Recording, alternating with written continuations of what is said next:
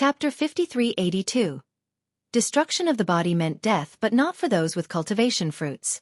Myriad lost his body and 12 fruits. Nonetheless, remnant strands of the fruits managed to escape by following the mysterious light from above. This could have been an ace card prepared by him or someone else was lending him a hand. Nonetheless, it gave the perfect path for the strands to escape and elude the heavenly tribulation. Can he come back to life? Someone wondered. Maybe the chance is minuscule. A top conqueror speculated. Nonetheless, Myriad's fate was still better than the others since nothing was left of them. Discover the complete story on Poreed.com. This is just like Luminous Conqueror back then, but he managed to rise again. A big shot still saw hope. Luminous was ambushed by deity Tao, and everything was obliterated with the exception of a single Tao strand. Nevertheless, he recreated himself and started cultivating again with a primordial Tao fruit.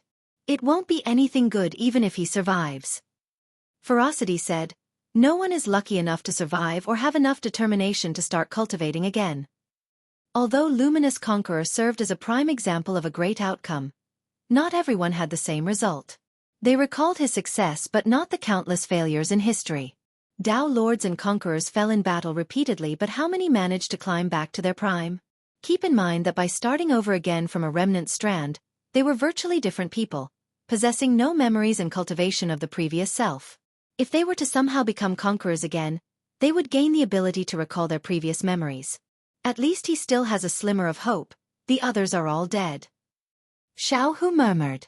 The ones from Azure School deserved it. Ferocity did not sympathize and said, Illumination Conqueror is no good, so that's the outcome of his followers. That's why your lesson is to never be tricked by such a bastard. Ferocity had no love for Illumination. Although he didn't consider himself a beacon of morality, he wasn't as crazy as Illumination. Boom! Meanwhile, lightning bolts continued to hit Yi Fantian and her Tao fruits. She was covered in wounds and on the verge of crumbling down to bits. However, she kept on chanting and recreating her body in order to stay alive, earning the respect and admiration of the crowd. Myriad was stronger than her, yet she displayed more composure while having the heavenly tribulation. This was because he never expected to be facing a tribulation at all and had no plans to deal with it. The fear of certain doom made him panic. On the other hand, Yi Fantian knew that this was coming since she was the one who summoned it. In fact, she was ready for total destruction and had no intention of fleeing. This became a process of breaking and renewing for both her body and Tao fruits. She wanted to last until the tribulation was over. Her talent is second to none. A Tao Lord commented. It's not just talent, her Tao heart surpasses ours too. One conqueror responded. Li Qie smiled after seeing her tenacity and lofty goal, recalling how he had done it in the past as well to kill the enemies and improve his cultivation. Chapter 5383. Boom! Finally, the tribulation ended and the crack disappeared in the sky. Dark clouds dispersed and everything returned to normal. Of course, the actual aftermath included several hundred dead dragon lords and conquerors. Their ashes have scattered to the wind. Yi Fantian successfully survived the tribulation while being grievously wounded. Nonetheless, she earned everyone's respect as she stood proudly. Among the audience were venerable conquerors and Tao lords. It has been a while since they last saw a heavenly tribulation of this scale, let alone someone managing to survive it. In fact, her achievements today surpassed those of apex conquerors. Although she only had 12 fruits and was not guaranteed to obtain an immortal shell and anima, the future looked exceedingly bright for her. Everyone had complicated emotions while staring at this wondrous cultivator. Tao Alliance and Azure School tried to ambush her only to be obliterated. The only potential survivor was Myriad Tao Lord. It was a trap from the start. A Dragon Lord said with certainty. She used herself as the bait. A big shot shuddered. But how did she summon the tribulation? She probably wanted to bait out all things Tao Lord and Illumination Conqueror too. An ancient ancestor said. Listeners thought that her success was near perfect, just missing the opposing leaders. Nonetheless, this historical feat put her on the same level as Light Dragon and Demon Conqueror. The next question became, would all things and Illumination be able to survive the tribulations? Their hypothetical death would have changed the political landscape of the upper continents. It meant that the people's fighting force would become drastically inferior. The courage and determination. Li Xian'er praised since there was no guarantee of Yi Fantian surviving the tribulation. It became apparent that she would be able to travel far on the Dao path since she possessed all the necessary attributes, talent and Dao heart. In fact, she might even be able to surpass Light Dragon and Demon Conqueror. Other supreme geniuses wouldn't have taken the same risk. After all, they had a bright future and other options. Now she glanced at the crowd and saw Li Qie, prompting her to bow. Although this was her own plan, Li Qie was her inspiration and guide despite not being overly blatant. She considered him as a role model in this regard. The reason why she knew that this was possible. Bam! Suddenly, someone landed in front of her. He possessed a mighty aura that could make the entire world and its inhabitants quake. Illumination Conqueror. Many shouted in astonishment after seeing the once pillar of the people. His influence couldn't be overstated during his golden age. As a mortal, he struggled and made it to the top of the cultivation world. With that, he mobilized the people and made them competitive. It can be hard to make great work when it's stolen from bit. ly/3IBFJKV. Not to mention regular cultivators, even Dao lords and conquerors were willing to follow him. This resulted in the foundation of Dao Alliance. During its prime, it was certainly the strongest out of the 4 alliances. Perhaps this played a part in Illumination Conqueror's confidence and ego. He believed that he had enough forces now to wipe the race off the upper continents. His tyrannical and overbearing reign alienated his closest supporters, ending with an unmendable chasm in Dao Alliance. A prime example of this was none other than Xueqi Dao Lord. He was a part of Dao Alliance until he had enough of Illumination and left to join Divine Alliance. After seeing his appearance, everyone understood that he had been here the entire time. Otherwise, Autumn Conqueror wouldn't have been crying for help repeatedly. "See, I told you he was a bastard," Ferocity told the group. Chapter 5384. Illumination Conqueror. Yi Fantian said calmly. "Incredible. The young me in the past could only dream to be as bold as you." Illumination couldn't help but praise. "Divine Alliance will be able to stand strong for ages with you." "You're too kind, senior." Yi Fantian cupped her fist. "Follow me, young lady, and this will be easy," Illumination said. The crowd thought that he would immediately try to kill Yi Fantian. Otherwise, once her wings were fully grown, the outcome of a battle between them wasn't obvious. Moreover, she had just dealt a devastating blow to Dao Alliance and Azure School. "And if I refuse?" she asked. Illumination laughed in response. The sound waves from them caused the stars to tremble. Despite recent setbacks, he was still an apex conqueror to be feared by all. "I will have to kill you then," he said before reaching for her. His hand wielded immense power, crushing the fabrics of reality. Spectators saw this and felt their knees buckling, aware that they would not be able to stop him. Yi Fantian had obtained 12 Dao fruits but was still inferior in terms of raw cultivation. A thunderous sound detonated and lightning bolts suddenly rushed out of her chest. This astounded Illumination and he hurriedly retreated. Nonetheless, the lightning bolt still pierced through his hand. It turned out that she had been saving tribulation bolts precisely for a moment like this and immediately fled the battlefield. She learns fast. Li Qie was amused to see this. It can be hard to make great work when it's stolen from Poreed.com. The actual power gap between them was still considerable, akin to a novice versus a master. She still needed to form an immortal shell and obtain anima before fighting Illumination Conqueror. This only amplified everyone's high evaluation of her. Given her courage and planning, she would definitely reach the top of the upper continents. "You're not getting away." Illumination took one step forward and sealed her next spatial leap. Clank! A sword slash cut through the containment. Spatial fabric scattered downward. Xueqi Dao Lord. Many knew the combatant instantly.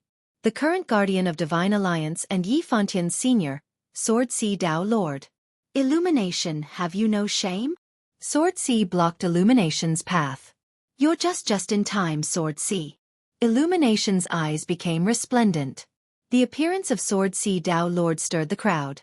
Though Illumination was the founder of Dao Alliance, he was not necessarily the strongest due to members such as All Things and Xueqi. The trio was a force to be reckoned with, pushing Dao Alliance above its peers. This party didn't last long since the three didn't agree with each other. Sword C left first and then Illumination was forced into seclusion, leaving All Things as the next guardian of Tao Alliance. Since they had fought alongside each other once, they had a good grasp of the opponent's power level. Rumble!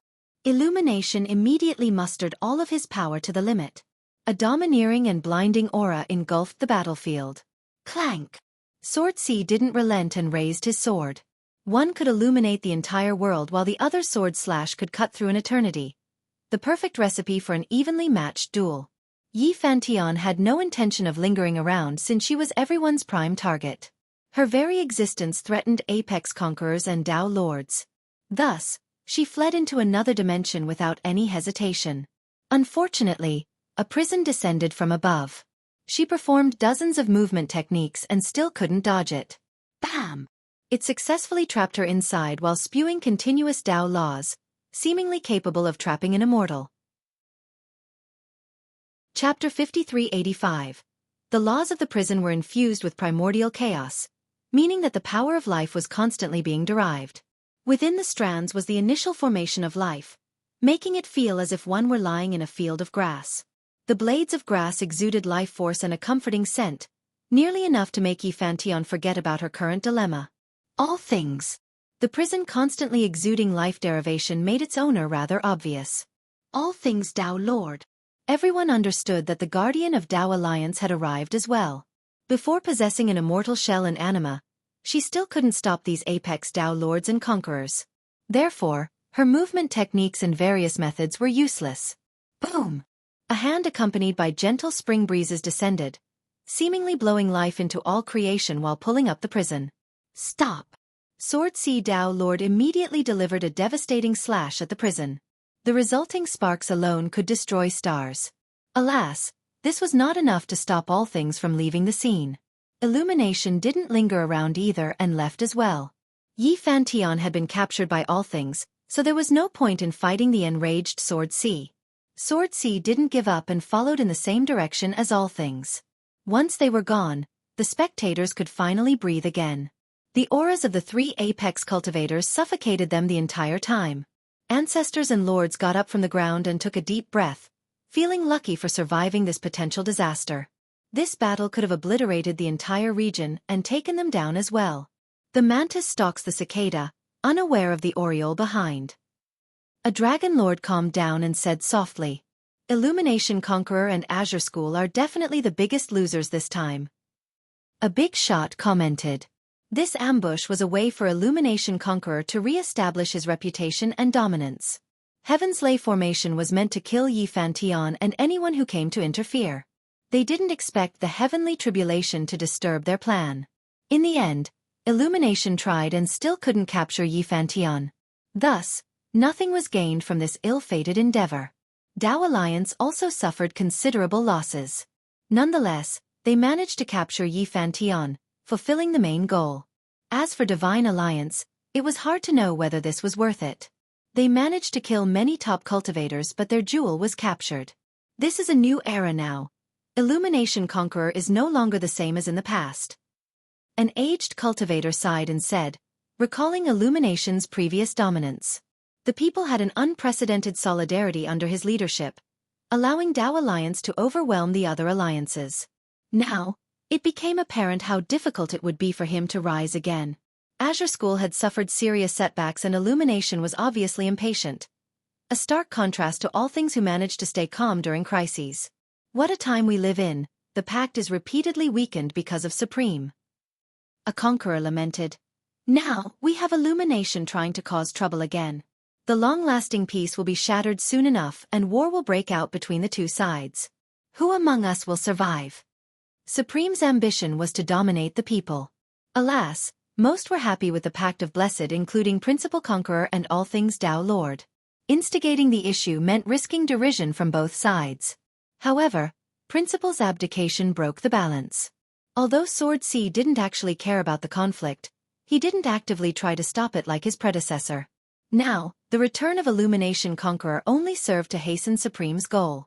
A quick look at bit.ly/3IBFJKV will leave you more fulfilled. Illumination was belligerent and didn't hide his hatred for the race. This meant that Heaven and Divine Alliance had to react properly and band together. This was a solid reason to abandon the Pact of Blessed. Chapter 5386. Due to the Pact of Blessed, only minor skirmishes between individuals occurred recently. The top cultivators had an implicit understanding of the political balance. Members from both sides conversed and befriended each other, lowering the racial hatred and prejudice. The last several 100,000 years were peaceful. A time of healing. Due to the number of conquerors and Dao lords involved in today's battle, it seemed that the pact was finally abandoned. War could break out at any moment. None could remain neutral or they would risk offending their own side. Illumination is a criminal hurting the people. A Dao lord said with certainty, he is no longer the same as before, the path he treads on will bring us toward damnation. Conflicts will not cease as long as he is still around. Another conqueror from the people agreed. He once protected the people but now, he has become the source of all disasters.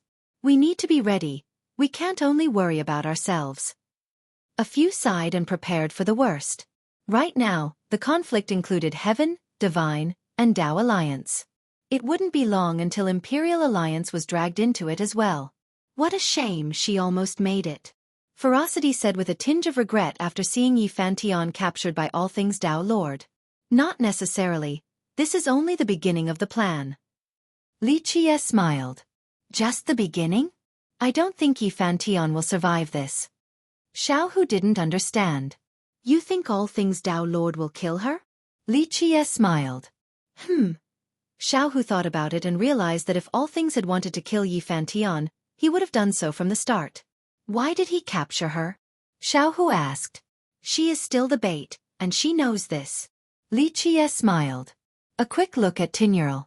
com/2p9mv8w will leave you more fulfilled. I got it. Ferocity clapped and said, all things wants to use her to bait Sword C Dao Lord. I believe he's trying to bait Illumination, not Sword C. Li Xiener chimed in. For sure. Ferocity agreed. Yi Fantian's very existence is a stain on Illumination's reputation. They lost so many Dao Lords and Conquerors only to fail. He must kill her in order to wipe away this shameful defeat. So she wanted to be captured? Xiao Hu murmured. If Illumination wants to kill Yi Fantian, he must deal with all things first. Well, this would have happened either way since he wants Dao Alliance back. The girl knew this and aimed to spark the conflict between them. The people will start fighting each other then. Ferocity said. You don't think all things knows this? Li Qie chuckled. He wants to take this opportunity to eliminate Illumination as well. Xiao Hu blurted out. All things' biggest threat right now was not Supreme but rather, Illumination. His goal didn't matter, whether it be to stay as the leader of Dao Alliance or to maintain the current balance for the sake of peace. Illumination was the biggest obstacle. Of course, Illumination shared the same idea. Dealing with all things first before focusing on Supreme. Although Illumination's prestige waned in recent times, he was still respected by a large number of cultivators. It would be improper for all things to launch an assault against him. On the other hand, what if Illumination were the first to attack? Then all things would be justified in defending himself. Ultimately, Yi Fantian served as a way for these two apex cultivators to fight each other without risking negative opinions. She knew that they both wanted this and played along. After all, it would seriously weaken Dao Alliance either way. The girl is amazing, she has it all. Ferocity had nothing but respect for Yi Fantian.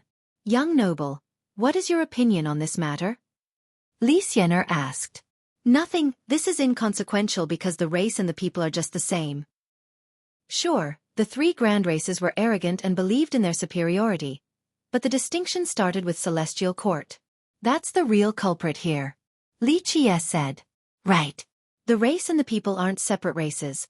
Both sides have humans and heaveners or whatever. Xiao Hu agreed. What should we do then, young noble? Li Xiener asked. In terms of the upper continents alone, it will calm down after the death of Illumination and Supreme. Li Qie said before turning to the sky. However, as long as Celestial Court is still around, the notion of sinners and racial prejudice will remain. The permanent solution is its destruction. The group became emotional since they weren't strong enough to challenge Celestial Court. Let's go. Li Qie smiled and started walking. Chapter 5391. Five Sun Tao Lords' intent was not to threaten all things and others. After all, they had experienced numerous tribulations and trials to get here. Threats were relatively useless. Five Sun was merely remarking on the potential risk of having everyone gathered in one place. What can possibly deal with us all at once? Sky Sword asked with a smile.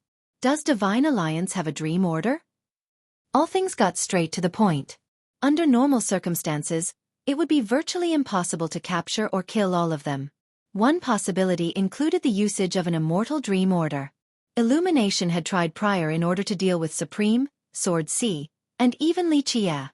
I'll be honest, brother All Things. We do not. Five Sun answered. Then there won't be a problem. All Things said. What about your Tao Alliance? Five Sun asked. All Things only smiled in response. So you do. Five Sun smiled back. A total of 5 dream orders existed. Rumor has it that the alliances had some of them, but the actual details were unknown. The final one was recently sold by Boss Tang. 2 have been used thus far, Illuminations and Supremes. Alchemy Tao also had one. Now, Tao Alliance most likely had one as well, and the 5th could still be in Divine Alliance's possession despite Five Sun Tao Lord's denial. This was the reason why All Things didn't worry despite having the upper echelons of Tao Alliance in one place. If you do not wish to release our disciple, I'm afraid we'll have to resort to force. It will no longer be up to me. Five Sun shook his head. We appreciate your kind intention. All Things smiled. Clank. Sword energy engulfed the palace, seemingly wanting to cut it into 2 halves. Brother Sword C is here too. Everyone knew who it was since the aura of an apex Tao Lord was rather suffocating. Let's have a drink if you're here already. A different sword energy pierced the world, creating a special state of balance and harmony. It lifted others up instead of suppressing them. This made the group breathe easy despite Sword C Tao Lord releasing his pressure. Xiao Hu and Ferocity exchanged glances since they had heard this voice before. Brother Dark Frost is here too? Very well, let's have a drink. The 2 sword energies rushed into the air and intertwined together. Sword C tried to intimidate the group with his immense power. However, Dark Frost came as well. Both had cultivated one of the 9 heavenly sword Tao. A battle between them would take quite a long time to conclude. Slashes split the world down into primordial chaos. A fight at their level needed to take place far away from civilization or everything would be destroyed. Fortunately, the Palace of Blessed Tao Lord had an automatic Tao barrier capable of withstanding the remnant shockwaves. It can be hard to make great work when it's stolen from bit.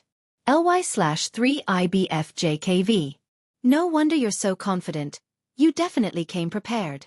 Five Sun Tao Lord laughed. Tao Alliance had 2 apex Tao Lords present right now. Truly a difficult bunch to take down. Ha ha ha. A burst of laughter interrupted them and the ground started shaking.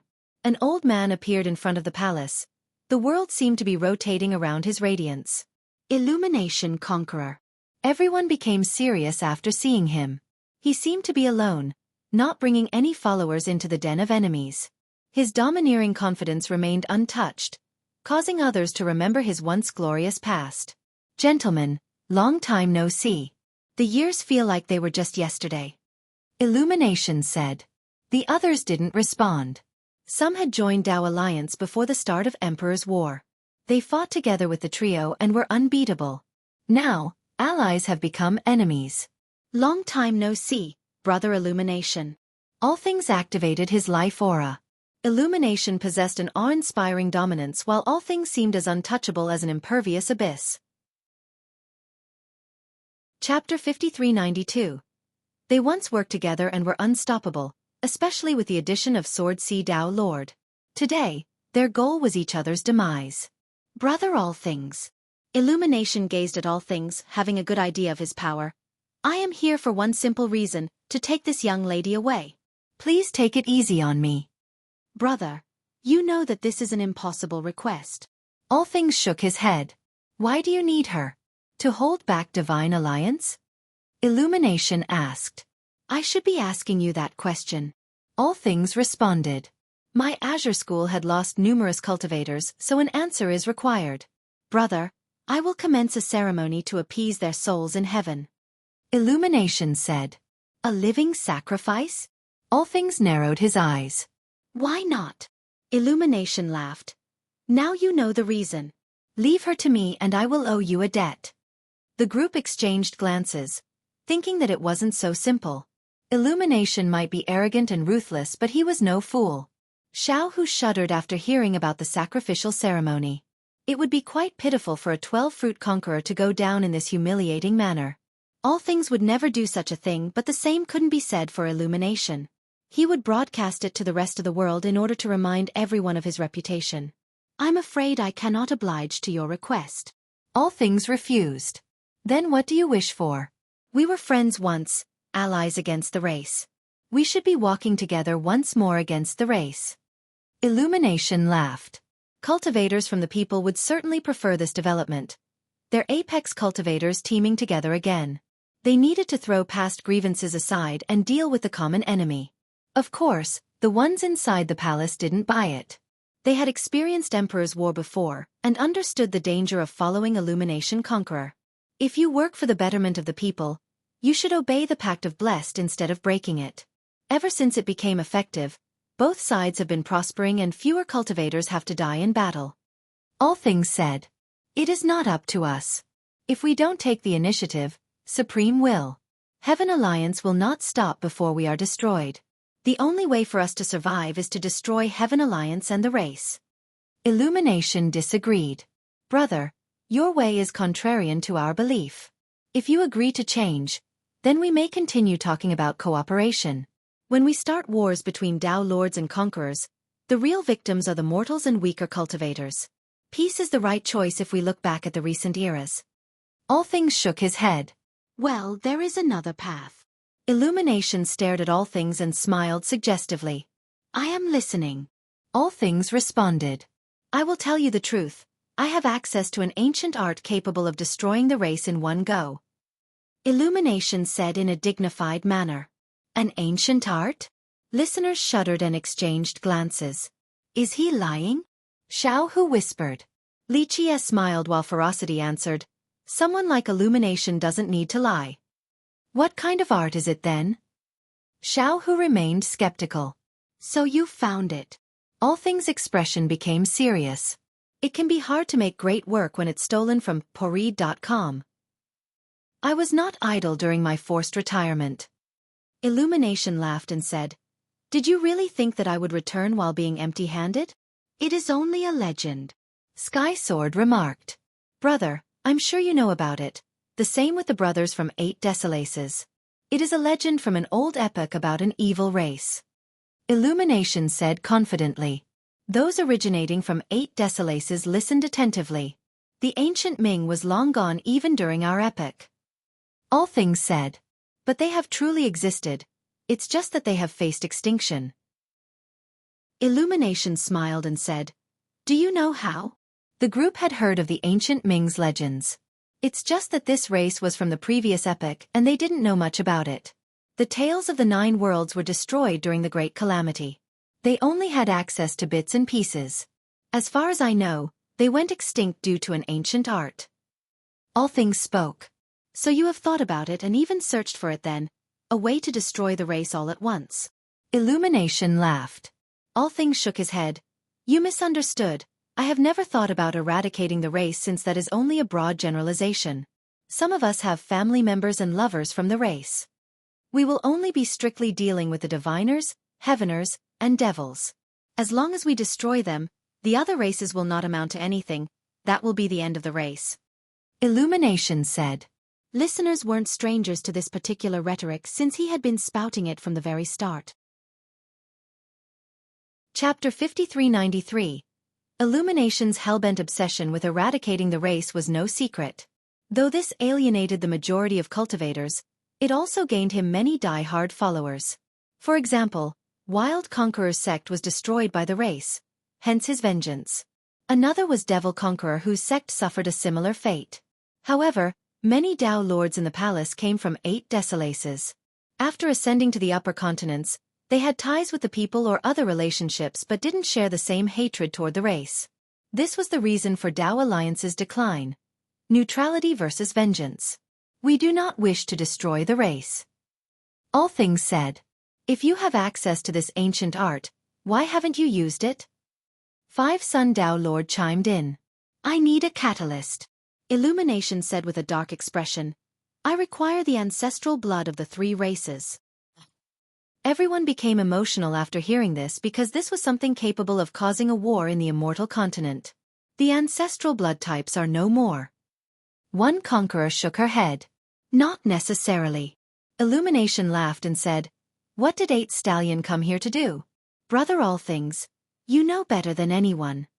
8 Stallion Tao Lord had indeed visited the upper continents and come to Tao Alliance before. However, he didn't garner much attention because he was only a 6-fruit Tao Lord. The most noteworthy thing about him was his immortal shield. All Things sighed and shook his head, not saying anything else. What does 8 Stallion Tao Lord have to do with the ancestral blood? A Dragon Lord asked. Illumination laughed and said, He came to Tao Alliance specifically to give us information regarding the blood. Are you saying that you know where it is? 5-Sun was interested too. You're asking the right person. It is right before us yet is as unreachable as the heaven. Illumination said. Where? 5-Sun's curiosity grew. Everyone thought if they had to pick someone to be in possession of the blood, it would be All Things Tao Lord. Sir. Illumination stared at Li Chia who was sitting there with a smile, completely ignoring him. Sir, if I guess correctly, you are in possession of the ancient blood. Illumination pressed on. The group clamored after hearing this due to the significance of the situation. Yi Fantian opened her eyes as well. Li Chia immediately became the center of attention. So what if I am? Li Chia smiled. The ancestral blood is of utmost importance to the people's survival. If you have it, sir. You want me to give it to you so that you can use it to destroy the 3 races. Li Chia chuckled and interrupted him. That is correct, sir. Illumination didn't hide his plan. My ancient art can utilize the ancestral blood to trace all the deviating branches. Through it, I will be able to destroy all of them in the 6 continents. Everyone shuddered upon hearing this. This will be a ruthless extermination. Even the mortals won't be spared. One Tao Lord raised his voice. So what? Illumination looked up at the sky and laughed heartily. With the destruction of the 3 races, the world shall belong to the people alone. The people has heaveners, diviners, and devils as well. Look around you, we have Tao Lords and dragons from the 3 races right now. World Razor Tao Lord shouted. Fine, the people will be no more afterward. After the 3 races are gone, Celestial Court will fall as well, and the same for Heaven and Divine Alliance. Our 100 races shall be safe then. Illumination said. The ones from the 3 races had a darkened expression after hearing this. Despite their background, they chose to join the people. After all, the 2 classifications had more to do with allegiance than race itself. If Illumination were to carry out this ancient art, the people would also suffer devastating losses. Even if we have this ancient art and the ancestral blood, we shall not use it. It is injustice to do this to innocent mortals. All Things shook his head. Search, Poreed. Calm for the original. You've gone insane. Members of the 3 races were eager to take down Illumination. Sir, don't you think that by destroying the 3 races in Celestial Court, the 100 races will finally live without worries? Illumination asked Li Chia. Everyone stopped and listened with bated breath. Some among them were actually interested in the possibility of ending Celestial Court despite the loss of lives. Chapter 5394. What happens afterward? Li Chia smiled and asked. The 100 races shall rise out of Celestial Court's ashes. Illumination answered without needing to think twice. Will that bring peace to the 6 continents? 9 worlds and 8 desolaces didn't have heaveners, diviners, and devils. I didn't see peace there. Li Chia responded. Others pondered the question. War and conflicts never ceased in history. Humans fought demons and golems. Sects were destroyed on a daily basis in 8 desolaces. Mortals were caught in the conflict, meeting their demise without knowing why. If you insist on doing something so extreme, don't just destroy the 3 races. Eradicate all cultivators, 100 races included. After all, mortals can't be that destructive. Their wars are limited to blades and arrows. The area of effect is contained while any of you can destroy a continent with a single hand wave. Billions and billions have died because of cultivators, so if we have to talk about those who deserve death, it would be you all. None could deny this because they had fought numerous battles to survive and make it this far. Moreover, Emperor's War was particularly devastating with incalculable casualties. And you, sir? Illumination didn't back down. My hands are stained with blood and I deserve to die 100 times over, but I never claimed to care about the world. Xueqi smiled. That's why you are pitiful and unworthy of being called a conqueror. Although you have proven your Tao and reached the top, you never faced your heart and desire. You claim to be a savior while merely trying to carry out your own personal vendetta, resulting in countless deaths for the people. If it wasn't for me stopping Heaven Alliance, more would have been killed. Illumination defended himself. You're closer to being a clown than a savior. The people survived without you in the past while fighting Celestial Court and other mighty enemies. As for you, you lack the courage to fight Celestial Court, choosing to prance around in the upper continents. How sad, just a frog under the well. Xueqi criticized. Illumination's expression changed after hearing this humiliating criticism. Ha ha ha, young noble, you are so right. Ferocity laughed and started clapping. The people did live pretty well after Emperor's War thanks to the Pact of Blessed. And even without you around, there's still all things, Dark Frost, and many others. To be blunt, your absence means nothing to the world. In fact, the world is a better place without you and Supreme, the two biggest pieces of shit. Others started laughing as well, signaling to Illumination that he no longer had the same grip over Tao Alliance as before. Moreover, he couldn't refute the fact that prosperity had risen in recent times. There were many heroes during Immemorial Epoch, Skysplitter, and Grand Tao War. All things said sentimentally, so many emperors lost their lives while the survivors chose to live reclusively. Several great wars had occurred in the past. It didn't matter which side started the conflict. Emperors and monarchs paid a heavy price. Nonetheless, the survivors didn't claim to be heroes and saviors afterward. Brother Illumination, you're far from being the only one to stand up against the Race and Heaven Alliance. Sky Sword Tao Lord said. Illumination had a tough time arguing against the crowd. He no longer had any supporters in the current version of Tao Alliance. Ha ha ha. Illumination laughed and said, "It seems like we are not on the same path at all.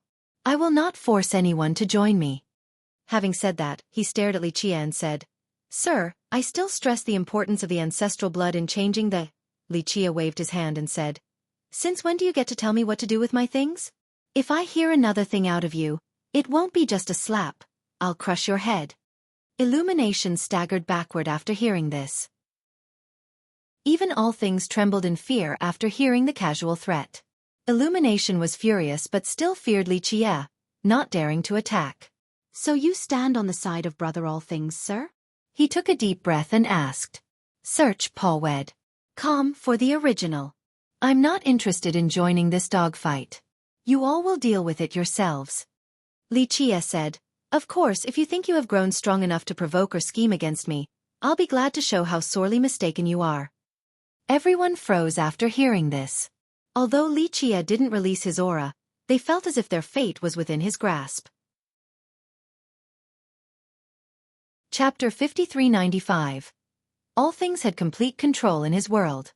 Entering it as an enemy was a risky endeavor since they would be subjected to immense pressure. Nonetheless, Illumination showed no sign of hesitation before entering. Buzz! A river of time suddenly manifested into reality, and also infiltrated All Things' world.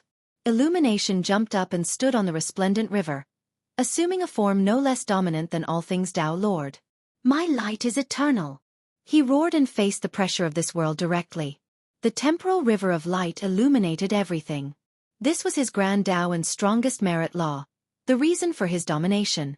Although many disagreed with his conduct or even despised him, they had to agree that this Tao was brilliant. He turned into a giant and stomped on the river, creating a tsunami of time rushing straight for All Things' Tao Lord. Together, untouchable. All things chanted in response, causing his entire world to be sealed. A stagnating effect started and caused Illumination's river of time to slow by a century, a millennium, 10,000 years, 100,000 years. The temporal stagnation eventually froze the river of time itself and aimed for Illumination. "Activate!" Illumination roared a split second before a complete sealing. He summoned his peerless treasure, an antique cauldron. Time couldn't wear it down and only strengthened it. Illumination thurible. Those who saw this for the first time became startled. It released 3 strands of smoke that resemble 3 paths of reincarnation and karma. One of them coiled around all things Tao Lord and released a karmic fruit. Karma was something to be feared in the cultivation world. Now, one has attached itself to all things. Detach. All things whispered while having to pull off his seal. His body became ethereal, seemingly returning to emptiness. In this transcended state, he flicked his finger and vanquished the strand of smoke, causing Illumination to stumble several steps backward as if struck by lightning. Illumination roared and retaliated by igniting the flames inside his cauldron, creating another world inside All Things' own domain. It immediately expanded and tried to break All Things' world via violent explosions. To access the premium content, go to. The 2 apex cultivators utilized the mysteries of the Tao, capable of creating a world and its various affinities with a single thought. Each hand wave was destructive and awed the audience. The cultivators in the palace observed the spectacle carefully.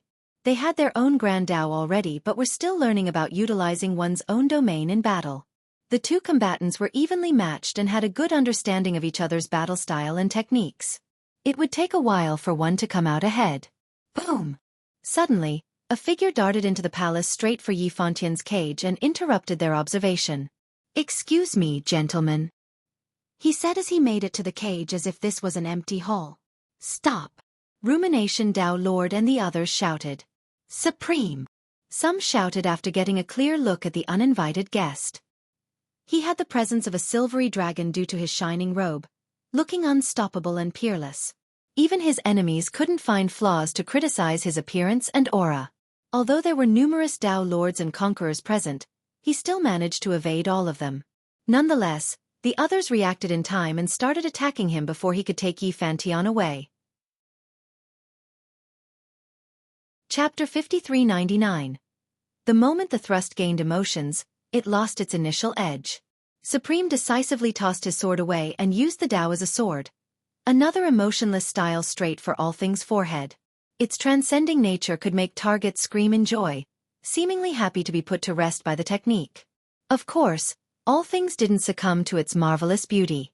Since his affinity was based on life, it also bred emotions to once again stop the sword Tao. This was far from being their first fight.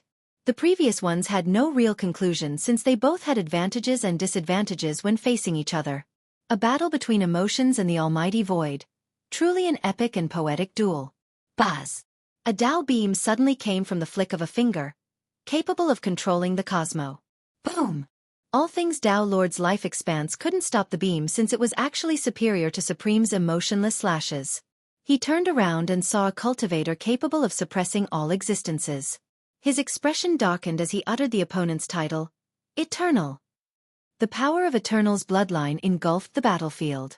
All Things didn't have an immortal bloodline, so he couldn't contend in this aspect. A favor must be repaid, Eternal said, blocking All Things from leaving by just standing there. You wish to help him? All Things remained calm. Brother, we have no choice since it has escalated to this point. Supreme answered instead. There existed a stark contrast between Supreme and Illumination. Supreme's actions have earned him infamy and curses. However, when one stood before Supreme and fought him, they couldn't help being affected by his charisma, thinking he was a respectable foe. The same couldn't be said about Illumination Conqueror. While not being in his presence, they would want to slap him once or twice. Once actually staring at him, it became tough to actually hate him. At the very least, Supreme never tried to hide his ambition by spewing noble rhetoric as if he were a savior. Illumination, on the other hand, always shielded his actions as if he was killing only for the betterment of the people. Brother Supreme, you must have been waiting a long time for this day. All Things said. Not quite, but this is a rather good opportunity. If I don't kill you today, I'll still gift you a serious injury. Supreme admitted. You want to take care of me first and then Illumination. All Things understood. Isn't that exactly what you want? For me to kill Illumination? Supreme said, possessing a unique elegance and charisma. I'm ashamed to say that you are correct. All Things let out a sigh. After all, the best outcome would be for Supreme to kill Illumination Conqueror and even destroy Azure School. He had no reason to hide this because illumination was a true threat to Tao Alliance and the people. Peace was not possible as long as he was still alive. Alas, all things couldn't be the one to deal the finishing blow. In a sense, that would actually aid illumination's goal. He would become a martyr while all things would be viewed as a despicable backstabber. This would only increase the current tension in Tao Alliance. Conversely, his death at the hands of Supreme would improve the people's solidarity. Your wish is definitely the best plan, Supreme said. This novel is available on Read.com. Your best plan includes my head as well. All Things smiled in response. Will you grant me my wish then? Supreme asked. Make your move then. It'll be an honor if I can play a part in fulfilling your wish. All Things summoned his world again. Born from all things, create all things, I can see it now, my eternal anima. All Things chanted and revealed his immortal shell. His anima tree appeared and released bright particles, granting him its power. His entire world returned to its origin. Every blade of grass and living creature saw their true selves and obtained anima.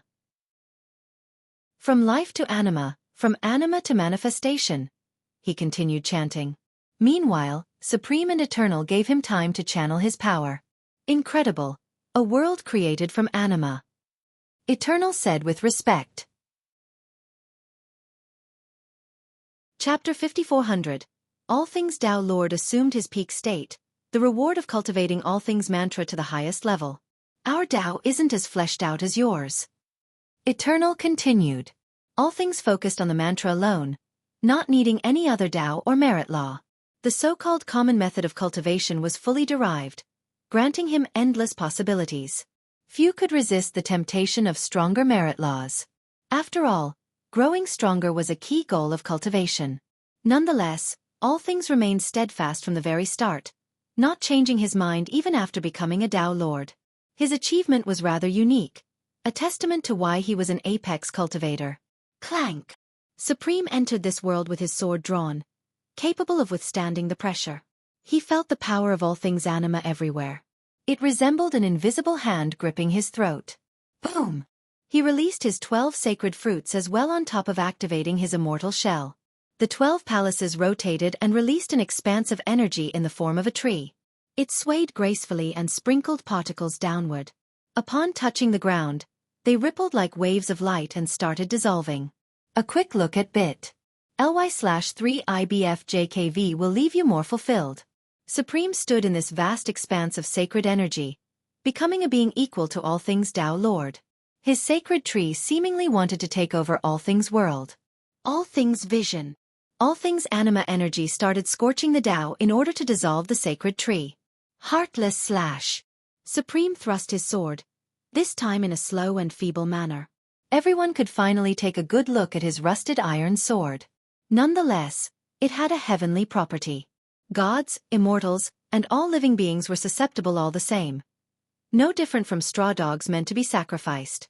Both techniques were at the apex of this world. All things vision could reduce the Tao to nothingness, and the same for the destructive thrust. They did not hold back and wanted to end this in one move. Boom!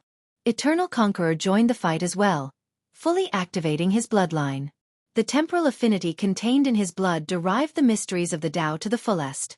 It displayed one simple truth. Life was bestowed by the high heaven. This was undeniable and served as one of the foundational bases of the Tao. My will eternal. Tao. Everlasting. World unbreakable. Eternal chanted as well and summoned anima flowers inside all things world. This conflicted with all things own anima and prevented it from stopping Supreme's thrust.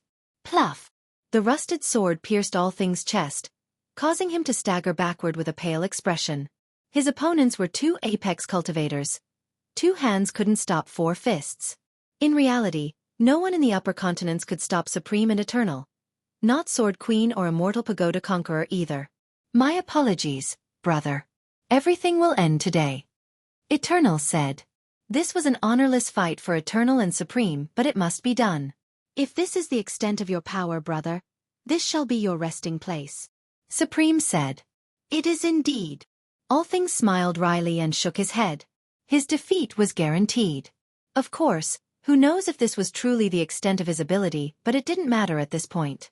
He had no reinforcement because the others were fighting their own battle. Darkfrost was held back by Sword C, an evenly matched fight as well. Only someone such as Sword Queen could help him.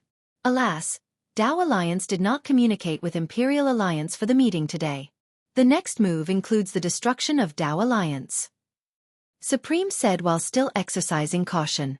He didn't understand why Dao Alliance chose to gather in this area. Was it to capture Illumination Conqueror or bait them into taking action? It seemed that this was a miscalculation. Although all things was strong, he didn't have enough forces to deal with Illumination while preparing for other threats from Heaven and Divine Alliance. Chapter 5401. Of course, this has been the main crisis for Dao Alliance all this time, having both internal and external threats. The former was the largest problem. Illumination. There were ways for Dao Alliance to deal with Heaven and Divine Alliance. For example, teaming up with Imperial Alliance. Alas, Illumination's existence meant a rift was inevitable. Internal strife would come and Dao Alliance would be weakened. The problem was that All Things couldn't be the one to make the first move. He had to wait for Illumination to break all friendly facades first. Otherwise, he would risk losing his position in Dao Alliance. Today, Illumination and Azure School finally made a move, giving him an opportunity to take down Illumination. Unfortunately, he now faced the combined might of Heaven and Divine Alliance. His death here meant that Illumination might have the chance to return and take over what's left of Dao Alliance. Brother, it seems like this is the end of the road for you. We will send you to the next part of the journey. Supreme didn't wish to miss this opportunity. All Things' death meant the end of Dao Alliance regardless of Illumination's actions in the future. Its weakened state would have no chance against Heaven and Divine Alliance. Perish. Supreme spoke emotionlessly like a butcher cutting down a chicken, just an act not needing further rumination. He slashed forward, aiming to destroy All Things' anima defense. Apologies. Eternal wanted to kill All Things first in order to move on to the next target. Illumination. Boom! A single thought from him spanned an eternity, creating a Dao stagnation and weakening All Things barrier. Time could wither everything and Eternal could outlast any opponent. He possessed all the necessary attributes, a profound temporal Dao, an ultimate bloodline, and an unyielding Dao heart. A quick look at poreed.com will leave you more fulfilled. All Things couldn't stop the slash as a result. Death came knocking on his door. As his life flashed before his eyes, a palm descended and dispelled the stagnation along with the void slash. Both Supreme and Eternal felt as if they were fish out of the water, unable to muster any strength. Their expressions soured, realizing that whoever did this was far beyond their current power level. They looked up and saw that it was none other than Xueqi who had one hand raised. This was the man they didn't want to see the most. Despite the casual extension of his hand, no fish would be able to break free from his suppression. The power disparity was overwhelming. He then flicked his finger and nullified their Dao, causing them to stagger backward. This was not their first time witnessing Xueqi's power, but this still shook them all the same. 2-on-1 is unfair, Xueqi said with a smile. The two took a deep breath. Supreme bowed and said politely, "Sir, do you stand on the side of Dao Alliance and wish to participate in this conflict?" "I'm not interested in this nonsense, but since I am in a good mood, I wish to keep it by not allowing this 2-on-1 ambush." Xueqi waved his hand in response. "We apologize for ruining your day then," Supreme said, "and we shall do so no longer. We will be taking our leave. It will be an honor to meet you again next time, sir." With that, he left without any hesitation. Eternal smiled wryly and shook his head, instantly disappearing into the horizon. "Sir, I cannot express my gratitude enough. You've saved my life." All Things came over and bowed. "Quite a risky move, using yourself as bait to see where I stand." Xueqi smirked. "I wouldn't dare. Your thinking is above our speculation." All Things responded. "Whatever, it's fine. At least you know that there is a line to not cross." Xueqi said. "I understand." All Things bowed again. "You're quite skilled at maintaining the balance." Xueqi said. "You jest, sir. I am only trying my best." All Things smiled. "Although I do not wish to involve myself in this matter, you should understand that true disasters loom within the apex cultivators." Xueqi said. I do wish to stop this eternal conflict. All things sighed. Avoiding calamities is an active process during cultivation. Xueqi said. I will take that to heart, sir. All things said. You're really stubborn. Xueqi couldn't help but chuckle. I'm afraid I do not understand, sir. Please enlighten me. All things said sincerely. Here is my advice. Be decisive when time calls for it. If you're too protective of your own feathers, failure is inevitable. Xueqi said. All things' eyes lit up after hearing this. He felt energized since this was a clear command. I see, I shall follow your orders, sir. He knew exactly what to do. It was time for him to not care about the minor details. Chapter 5402. He asked for Xueqi to stick around, but the latter moved onward with his group. All things Tao Lord will finally mobilize against Illumination Conqueror? Xueqi asked curiously along the way. His master had aimed to gather other Tao Lords and Conquerors to kill Illumination Conqueror. However, it appeared that All Things Tao Lord has a good opportunity to do so right now. It has already begun. Xueqi smiled. Really? Xueqi was surprised to hear this since Tao Alliance didn't mobilize when he was still there. All Things Tao Lord is using a borrowed knife. Ferocity said. That's the only reason for gathering at that palace, baiting out Illumination and Azure School. He then planned for Yi Fantion to be taken by Illumination. What do you think Heaven and Divine Alliance will do now when they know about the living sacrifice ceremony? Nonetheless, Illumination cannot stop himself. He cannot handle their offense, right? Xueqi said. He has gone insane and stubborn, willing to pay any price for his goal. Sacrificing Yi Fantion is his way to bolster his reputation and rise again. Ferocity said. He's crazy. Xueqi murmured. He hated Supreme before, but now, he thought that Supreme was still more tolerable in comparison. Of course. Have you seen a well-adjusted mass murderer before? This goes beyond vengeance since he wants a full extermination of the race including the mortals. Ferocity sneered. Xueqi agreed because although top cultivators had massacred mortals before, it was often an unwanted result of wars and battles. Purposely wanting to exterminate mortals was virtually unheard of. Of course, cultivators viewed mortals as inferior and insignificant. They just didn't have a reason to kill. He was relatively normal before. This might be the last stage of his illness. Li Xiener added. He desperately wants to be a savior. Ferocity said. First, he claimed to be the guardian of the people. Now, he's taking it to the next step, killing anyone who opposes the people. To be more exact, anyone who opposes him. Xueqi smiled. No different from Celestial Court at all. Xueqi commented. Ferocity laughed and patted the youth's shoulder. There's a difference. The bastards in Celestial Court wouldn't give a second glance to a passing mortal. They want to kill the emperors and Tao Lords of the people, not the mortals. It would be a bloodbath otherwise. Xueqi thought about it and agreed again. Celestial Court had started several wars but only maneuvered against the opposition, not mortals from the other races. At first glance, Illumination would appear to be the hero of the people. Alas, he ended up ruining his reputation to those privy to more information. His path only leads to death. The question is, who will be delivering the finishing blow? Ferocity sneered. All Things doesn't want the infamy, so he's letting others do it instead.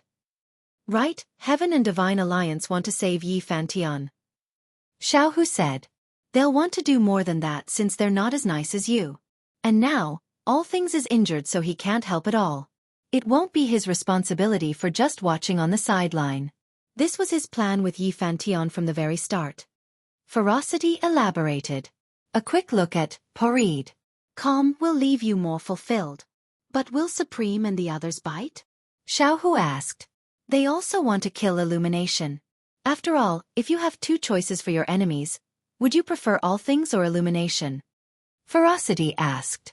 All Things, Tao Lord. Xueqi answered. See, at least All Things isn't a madman wanting to massacre everyone. Illumination is already insane at this point. Imagine how he'll be once pushed to the brink. They can't afford to let him be in charge of Tao Alliance. Ferocity said. Right. Xueqi agreed. They all know that All Things is using them to kill Illumination. Nonetheless, they are happy to do so. Ferocity said. Seems a little sad for Illumination Conqueror, he's being abandoned by everyone. Xueqi said. You're only saying this because you didn't experience Emperor's War. Ferocity laughed. If it wasn't for pure Sun Dao Lord presiding over the matter, who knows what Illumination would have done? I'm sure he wouldn't have accepted his defeat so easily. He had no choice when pure Sun Dao Lord's blade was inches away from his throat. It wouldn't just be him either, all of Azure School too. Pure Sun Dao Lord wanted to kill everyone? Xueqi only heard bits and pieces from his master. In my opinion, pure Sun Dao Lord is superior to all things Dao Lord in this regard. He would have killed all of them if they chose to resist. All things Dao Lord cares too much about his reputation and does nothing. Ferocity shrugged. I understand now. Xueqi responded. Yes, Illumination had no choice when pure Sun Dao Lord was so much stronger than him. It's a shame that he wasn't more stubborn so the whole thing could end back then. With his death, they could have dealt with Heaven and Divine Alliance afterward instead of having this big mess now. Well, at least Illumination will die soon. Ferocity said, eager to see more exciting battles. He has an ace card. Xueqi smiled. Do you know what it is? Xueqi asked curiously. Well, it won't change anything. He is doomed because of his madness. Xueqi smiled. Yes, he would have been fine by just living reclusively. It's a shame that he couldn't give up. Xueqi nodded. Chapter 5403. A path leading toward an ancient battlefield emerged before the group. A common scene of tattered stars, broken mountains, and evaporated oceans.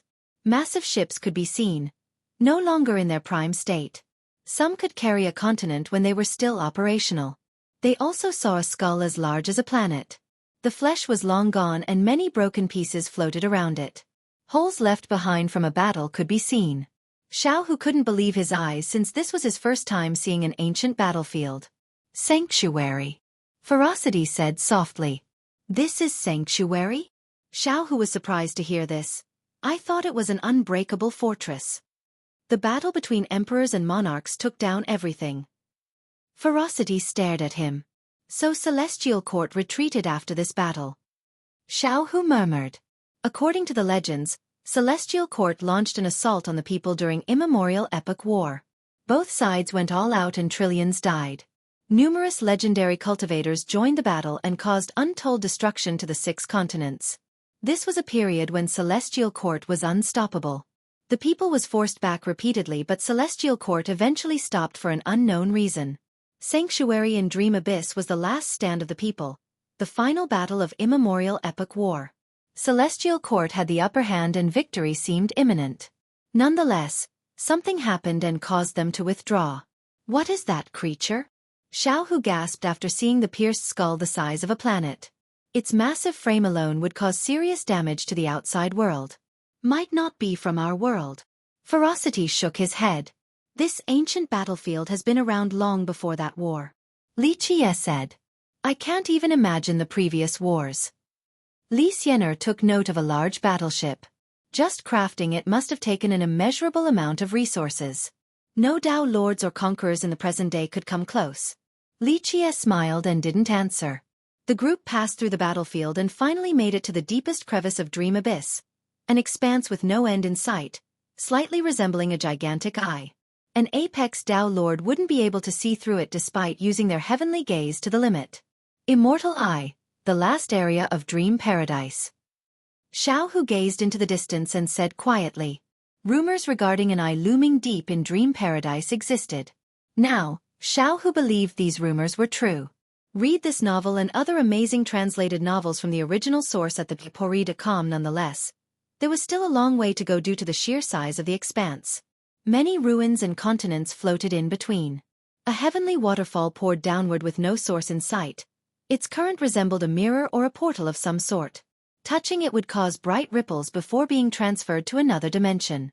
Xueqi eventually stopped in front of a mysterious pathway. The surface was cracked and appeared lifeless, seemingly having endured a tribulation. On both sides were apricot trees that had met a tragic end. Some only had stumps left while others had charred branches. The pathway seemed to be leading into a different dimension but somehow collapsed, leaving behind a remnant shadow of its former self. Or, whoever created it eventually reached the level to no longer need it for traveling. Apricot Path. Li Xianer commented, as far as I know, Apricot Dao Lord started here, creating a special momentum to launch a special assault. Unfortunately, as we all know, it ended with defeat. Right here. Xiaohu stared at the broken path. No one knew why Apricot Dao Lord wanted to cross through the expanse and challenge immortal paradise. They only heard of total defeat and grievous losses, whether it be weapons or resources. The Dao Lord no longer appeared afterward. Some believe that if she were still active, she would have been just as dominant as pure Sun Dao Lord. A firefly daring to contend against the moon. How courageous. Li Qie commented. The others didn't dare to respond because Apricot Dao Lord was an apex existence in the upper continents. In fact, Supreme and the others were not her match. Chapter 5404. The group's attention eventually shifted to a colossal bronze gate, seemingly the entrance to heaven itself. Emperors of the past stated that beyond the gate were old palaces and vestiges of immortals. Of course, information about the latter was vague and unreliable, often met with skepticism. Only one thing was confirmed, that Calamity Dao Lord had entered this gate. In history, many top cultivators came to this expanse and stood before the gate. Alas, they didn't enter since this was a risky endeavor. Moreover, opening it was no small feat. Read this novel and other amazing translated novels from the original source at the Gate of Immortal Hall. Xiao, who had heard his master talk about this place before, also known as the Gate of No Return. What is in there? He couldn't help but ask. Don't bother asking because no one knows. Ferocity said. Only one single soul had entered before and has yet to come out. There are immortal halls beyond the gate. They could just be visual phenomena, but they're there. Li Xianer interjected. You've seen them before, senior? Xiaohu became emotional. Yes, from a distance. Immortal energy gushed out back then, so it was hard to tell reality from illusions. Li Xianer nodded. And Calamity Dao Lord really didn't come out? Xiaohu asked. He did not. Li Xianer confirmed. His return would shock the world. In my opinion, he's already dead. This is the general consensus. Ferocity said. He might just be trapped inside. Li Xianer shook her head. His defense is the best in history, right? If he just hides, he'll survive anything in there. Xiaohu hurriedly added. He had too much confidence in his carapace, believing that it was untouchable. When he tried to prop the gate open with his shell, it actually broke down and was crushed. Ferocity revealed. Right, it did not handle the immensity of the gate well. Li Xianer said. Crushed? Xiaohu stared at the gate in disbelief. So that's why he can't come back out. Opening the gate from the inside might be harder given his injuries. Li Xianer said. According to the legends, Calamity Dao Lord's carapace could stop the mythical pagoda of Immortal Pagoda Conqueror. Because of this, he had the responsibility to stop this pagoda during any large-scale conflict between the two sides. Otherwise, the people were at a clear disadvantage. Sure enough, he fought against Immortal Pagoda several times and kept this powerful foe at bay. He became bored after the Pact of Blessed and ran to Dream Abyss. He decided to open the gate and lay his carapace in the middle, preventing it from closing again. This would allow him to enter and exit without worries. Alas, his invincible carapace that was immune to all previous attacks only lasted for a short moment. A terrible divinity erupted from the gate and crushed it to pieces. I hope that he is still alive in there. Xiaohu wanted him to be alive since he was a powerful member of the people. It's a good thing for him to stay in there to grind down his arrogance. Li Qie said. Young noble, you can save him, right? Xiaohu stared at Li Qie with hopeful eyes, wanting another apex cultivator on the side of the people. No point, he's doing fine in there and won't die anytime soon. Li Qie smiled. Xiaohu smiled wryly and thought that maybe a junior like him shouldn't worry so much about this matter. Boom! A battle between two conquerors suddenly broke out in front of the gate. Bam! Bam! One of them was clearly weaker and stumbled backward after an exchange. Ugh! She vomited a mouthful of blood. Allied dragon lords rushed out from behind and circled around her. The other conqueror didn't press the issue just yet. There were other top cultivators and ancient ancestors around, whispering and discussing the battle. Li Jie didn't care for these minor skirmishes until he saw some familiar faces. The winning conqueror had a celestial aura, looking as if he was born from a galaxy with stars orbiting around him. 7-star conqueror. Immortal pagoda conqueror's follower. Ferocity commented. The losing conqueror was more famous. Everyone in the crowd knew who she was. Jade Cure Conqueror. Chapter 5405. Jade Cure Conqueror's appearance in Dream Abyss surprised everyone. They wondered why she was fighting 7-star Conqueror as well. The latter had 6 fruits. Nothing out of the ordinary. However, he had Immortal Pagoda Conqueror behind him. Rumor has it that he was a 7-star grouper who managed to reach the Tao, eventually becoming a conqueror. As a fish, he was fortunate to be in a pond inside Immortal Pagoda Conqueror's grotto. Since he listened to the Tao lectures, he eventually became intelligent and learned how to utilize the Tao. Immortal Pagoda Conqueror took note of the special fish and appreciated its willingness to learn. Thus, he became an unofficial disciple of the Conqueror and excelled afterward. The sky was the limit given his success with the Tao. He had the ability to start his own sect, but he chose to stay with Immortal Pagoda Conqueror, serving him as a filial disciple. At this moment, he clearly held back against the opponents who were significantly weaker. Fellow Taoist, if you hand over the Immortal Order, there will be a generous payment. 7-star Conqueror insisted. An order from Dream Paradise, right? A big shot asked. Yes, one of the few in the world, and Jade Cure Conqueror has one right now. A top Dragon Lord said. The crowd knew about the existence of 5 immortal orders. 2 have been used by Illumination Conqueror and Supreme. Now, Jade Cure Conqueror had one of the remaining 3, having won it during Boss Tang's auctions. Given the order's power in the illusory realms, they understood why 7-star Conqueror was forcing the issue. And if I refuse? Jade Cure Conqueror asked while being surrounded by loyal allies, Hallowed Steel Ancestor, Resplendent Monarch, and many other ancestors. Then I'm afraid I'll have to be rude. 7-star frowned after hearing this. 7-star Conqueror, do not push us lest you want mutual destruction. Hallowed Steel raised his voice. 7-star understood that this wasn't an empty threat because they were in possession of an immortal order. In fact, even his master would tread carefully in this situation. This was the reason why he exercised restraint, or even the rabbit would bite once pushed to the limit.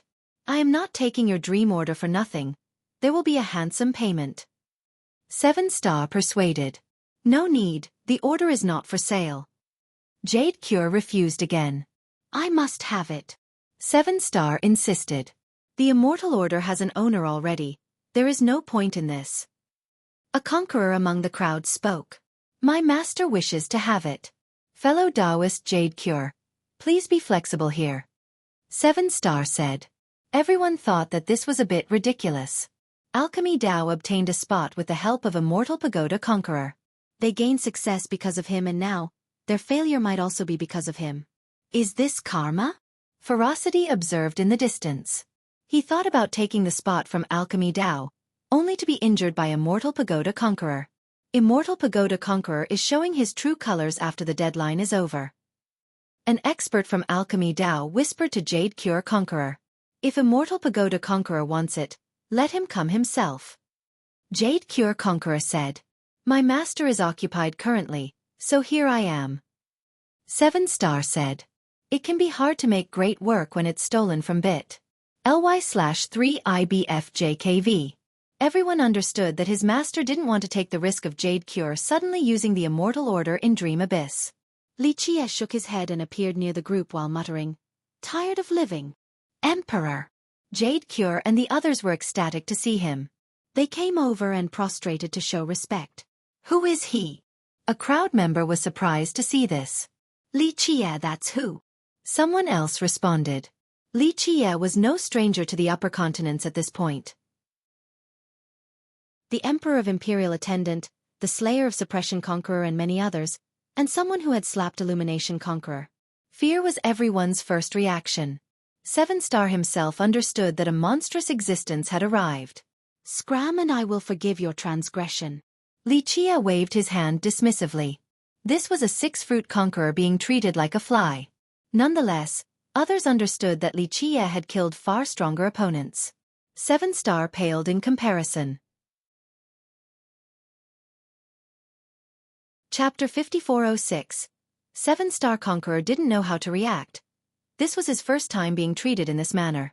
He had seen apex cultivators before, but they didn't treat people like dirt. 9. So overbearing, apex conquerors don't even do this. An ancient ancestor whispered. 0. Right, apex conquerors display magnanimity, a trait not seen in Xueqi. A big shot whispered back. 0. That's just who Xueqi is, always acting as if all things in the world are beneath his notice. A peerless dragon lord couldn't see through Xueqi. 0. Since his appearance, many big shots have thought about his origin and strength. Was he on the same level as Sword Queen and the others? 0. More knowledgeable existences understood that he was substantially stronger. But to what extent? 0. Brother, everything can be negotiated. 7-star took a deep breath and said calmly. 0. If our young noble tells you to scram or face the consequence.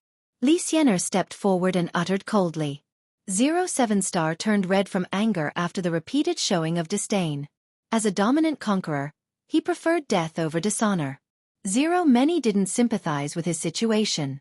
After all, if Jade Cure Conqueror didn't have a strong backer, she would be the one humiliated right now. 0. You are being more than unreasonable, he said. 0. Fine, get ready to die then. Xueqi summoned her immortal piercer. 0. Everyone became alarmed after seeing the renowned weapon. Only apex conquerors could potentially survive an encounter with her. 0. Moreover, being pierced meant certain death. There was a long list of victims who believed they were above it. The only way to survive was to avoid it altogether. 0. 7-star staggered backward after seeing the chain, finding himself to be in quite a predicament. He cared for his reputation and didn't want to throw it away by running. On the other hand, this could be a fatal encounter. 0. Eventually, he made up his mind and shouted, I will entertain you if it's a fight you want. 0. So be it. Xueqi had a merciless expression. The crowd could smell the stench of blood while being near her aura. 0. This has been her style all along. Always ready to draw blood. 0. Let's go. 7-star released his 6 resplendent Dao fruits, making it hard for weaker crowd members to keep their eyes open. 0. He had countless stars keeping him company and making him look like the Lord of the Cosmos. The 7 main ones dictated the flow of this universe. 0. Buzz. They formed a celestial domain. 0. Boundless stars. He murmured and Dao laws surged downward like heavenly waterfalls. They seemed to be made from countless stars compressed together. 0. It can be hard to make great work when it's stolen from Poreed.com. He then channeled their power into his grasp, fully dazzling the crowd. 0. Star transformation. He roared and unleashed a meteor shower. They expanded infinitely and flew in the direction of Xueqi. 2. She immediately activated her immortal piercer.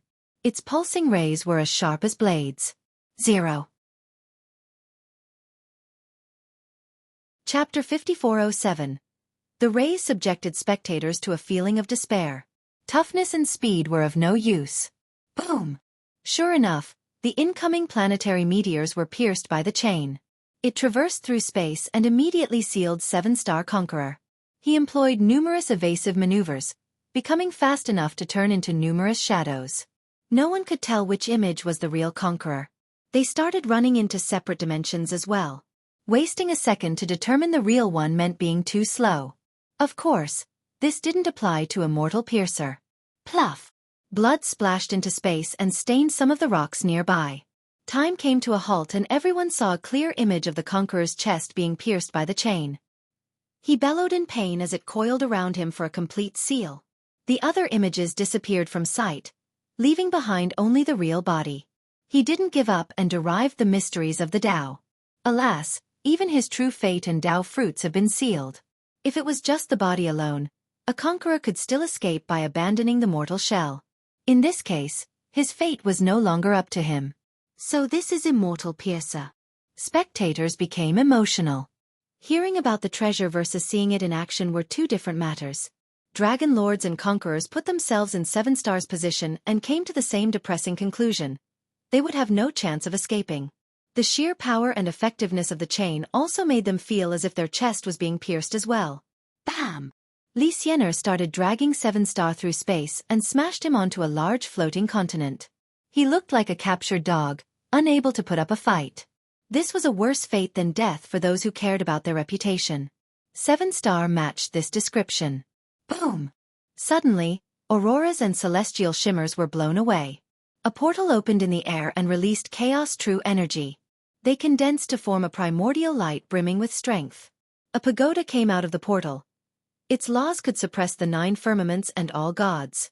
Spectators found themselves as insignificant as insects before the arrival of what seems to be an immortal. This aura far exceeded other conquerors and Tao lords.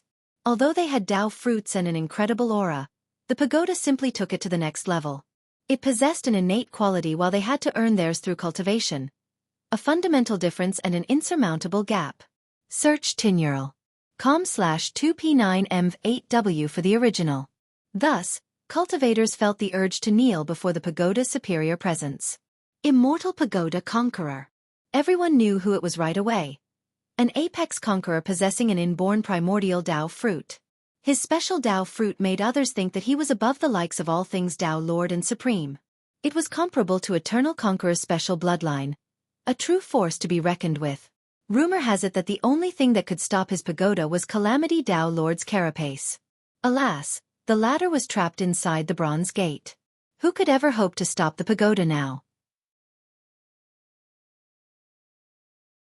Chapter 5408. Immortal Pagoda Conqueror immediately displayed his dominance. The crowd had no chance of withstanding the pressure. Ancient ancestors and lords dropped to their knees. Dragon lords and conquerors' expressions soured. The pressure was not aimed directly at them, but it still felt as if the pagoda was smashing into them. They roared and activated their Tao, realizing the gap in strength. Of course, they already knew that only the other apex cultivators could stand up to Immortal Pagoda Conqueror. Alas, actually experiencing this grim reality made them lose their confidence. Naturally, the person bearing the brunt was none other than Li Xianer. She roared and released her Tao and powers upward. Her murderous intent manifested into a tsunami of swords. Boom! The pagoda obliterated her Tao and immobilized her. She still tried her best to struggle. Murderous halos pulsed around her as she released her 12 Tao fruits. This still proved to be futile since her strongest state couldn't push the pagoda back. Still as frightening as ever. Ferocity commented since he had lost to Immortal Pagoda before and had a deep understanding of that treasure's potential.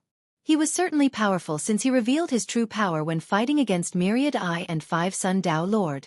Unfortunately, the best he could do against the pagoda was survive by running away. In a real fight, his sacred tree would still not be enough to stop the conqueror.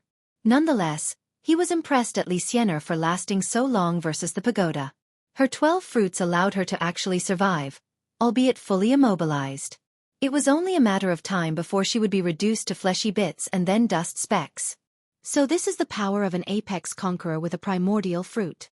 Everyone was amazed. That fruit alone is enough to make someone be remembered in history. A Tao Lord sighed and said, "Only one thing in the world was harder than Tao fruits. A primordial one. Alas, there was no way of obtaining one through cultivation. It required sheer fortune and unknown circumstances." Search Poreed.com for the original. Known primordial fruit owners included Immortal Pagoda, Luminous, and Night Moon Conqueror. They themselves had no confidence in duplicating the feat if given a chance to cultivate a second time. Plus, just one primordial fruit was enough for them to contend against those with 12 fruits. Currently, Immortal Pagoda Conqueror has yet to activate the power of his fruit, yet he still has the upper hand against Li Xianer. Everyone became jealous and envious of his luck. Boom! Her back started bending. Her forehead was covered in beads of sweat. Looks like it'll be over soon. A spectator took a deep breath. At this crucial moment, someone gently lifted the pagoda up, allowing her enough time to quickly escape the suppressive force. "Thank you for saving me, young noble." She ran with lightning speed and then bowed toward her savior. Everyone got a good look at the person stopping the pagoda, the devilish Li Qia. He's doing it with his bare hands. An ancient ancestor shouted in astonishment. This was something no conqueror would do. Just touching that pagoda would result in their hands exploding to bits. Moreover, he didn't imbue his hand with Tao power and laws either, making it look so easy.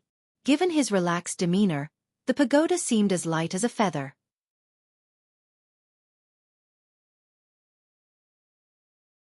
Chapter 54:11. Meanwhile, something else occurred in the deepest area of Dream Paradise. Immortal light and Tao seemed to be harmonizing with one visitor, Li Qie. He sat inside a pavilion with a table full of the best meals for him. This seemed to be the end of the world. There was no other path forward. He took his time pouring his own drinks and eating. My body can't handle this anymore. A feeble voice came from the distance. You have indeed weakened, but is there really a need to hide among the infinite dimensions? That's overly prudent. Li Qie smiled. That's just how it is when you grow old. Can't even get up anymore, but I'll still offer you a toast. The voice within the void responded. The wine pot automatically floated in the air and poured a full cup. The cup then also floated up as if there was an invisible man holding it. Read the most updated version of this novel and other amazing translated novels from the original source at pori.com. Li Qie took it and drank it all in one gulp before responding. I'm sure the cost to hide like this must have been considerable. I don't mind. Having said that, he prepared another cup. Good. I appreciate it. The voice said.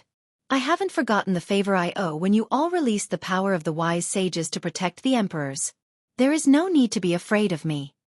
Li Qie said while drinking alone. We can rest assured then. The voice became more pleasant after hearing this. I honestly don't blame you. It's normal to be cautious given your current state. Eyes are always gazing in the shadows, ready to devour a weakened prey. Li Qie said. It's good that you understand. The voice said, still choosing to hide in space. I see, it must have been difficult during my absence. Being viewed as a potential meal can't be a good feeling. Li Qie chuckled and began eating the delicacies. It's a different era now, we have to be careful with visitors. The voice said. Who else came to visit? Li Qie asked casually as if his meal was more important than the matter at hand. That unfamiliar guest, shouldn't be here yet, was here. The voice responded. It's an interesting topic. Li Qie smiled. We aren't his goal, you are. The voice said. Probably thought about having a meal here, but you all managed to hide. I don't know if this guest is visiting because of me. Could be a different plan. It would be nice if I'm the main target. Makes things easier. Li Qie said. In my opinion, your first goal isn't the outer heaven. 3 immortals need you. The voice said. Li Qie stopped eating and glanced outside for a second. He then picked up a piece of fin from an unknown fish and continued eating.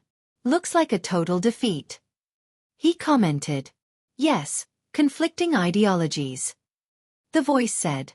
So many ideologies, not united at all. Li Qie said. There is only one thing that can make us united. The voice paused for a moment before responding. I know meals. Li Qie nodded. At the very least, you all have exercised incredible restraint, not feasting everywhere like the old geezers, eventually going mad and devouring their own world. If we can somehow jump out of this cycle, we can start anew. The voice said softly. Whose cycle do you trust then? Li Qie smiled. We've discussed this matter extensively in the past, but in the end, they were just ideas. The voice said. Now, some of these ideas are being carried out because a side has been chosen. Li Qie took another sip. Yes, and the change of allegiance marked a turning point. The voice admitted. They might be seeing hope or a different outcome, the best outcome potentially.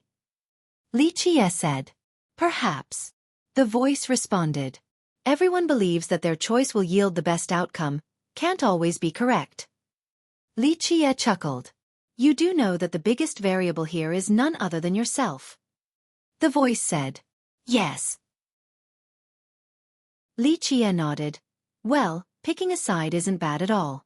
At the very least, some of you will be able to make it through instead of all being buried together. Well, after a brief pause, the voice sounded once more. If we consider this from the perspective of our origin, it's not a bad outcome. At the very least, we've escaped from one pit. Of course, there's a chance that we've fallen into 2 different pits instead. Those from the first pit are nearly all dead. Li Qie smiled. Thanks to you with your explosion. A rare laughter could be heard. The truth is that the second pit has been there for a long time now. Li Qie said. Indeed, it was ready when he left back in the olden ages. The voice agreed.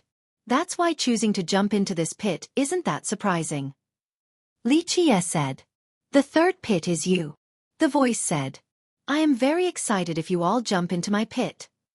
Xueqi said with a smile. Nonetheless, nothing is free. I'm sure you're aware of the price I'll be paying to make it available. You are going to do so either way since it benefits you. The voice said. I suppose. Xueqi paused for a bit and nodded. Unfortunately, it is something I can afford, so I'll deal with it. It's rare to see you being sincere and generous. The voice seemed happy about this development. Since I've benefited, I should be giving something in return. Xueqi chuckled. Don't you find it strange? The voice said. What? Xueqi asked. He's here but is just watching. If he had made a move, we wouldn't have this opportunity at all. The voice said. I do hope that he will be there so I can deal with it all together. No more complications in the future. Xueqi gazed at the sky and said. Perhaps you should make the journey then. The voice said. I will, but he might not be waiting for me. Xueqi drank. A meeting is inevitable. The question is, which of you will be the sharpening stone and which will be the blade? The voice said. Could go either way. Xueqi smiled. Where do you think he'll actually be to wait for you? The voice asked. Before the villainous heaven. Xueqi speculated. I'm sure he wishes to watch on the sideline first, to see both sides weakened. The voice said. If that is his Tao, he is not qualified to stop my Tao. Xueqi shook his head. The voice paused for a bit before responding. True. You must do something about 3 immortals. We have done our best. The voice reminded. It's amusing how they raised their blade to challenge me. Xueqi said. What would you have done? The voice asked. The only time anyone in our world should raise our blade is when we face the villainous heaven. Xueqi responded. Chapter 54:12. You're a roadblock, aren't you? The voice said slowly. That's an interesting way to put it, but I think of myself as something grander. Xueqi chuckled and took a bite of phoenix wings. Putting that aside, it's your turn to respond to the move. The voice said. And if I don't? Xueqi asked. You know the answer. The tree will burn to leave room for a new Tao. Of course, this is a calamity to the world, and not just one world. The voice said. I don't think any of that will be happening as long as I'm alive. It'll be in vain. Xueqi said confidently.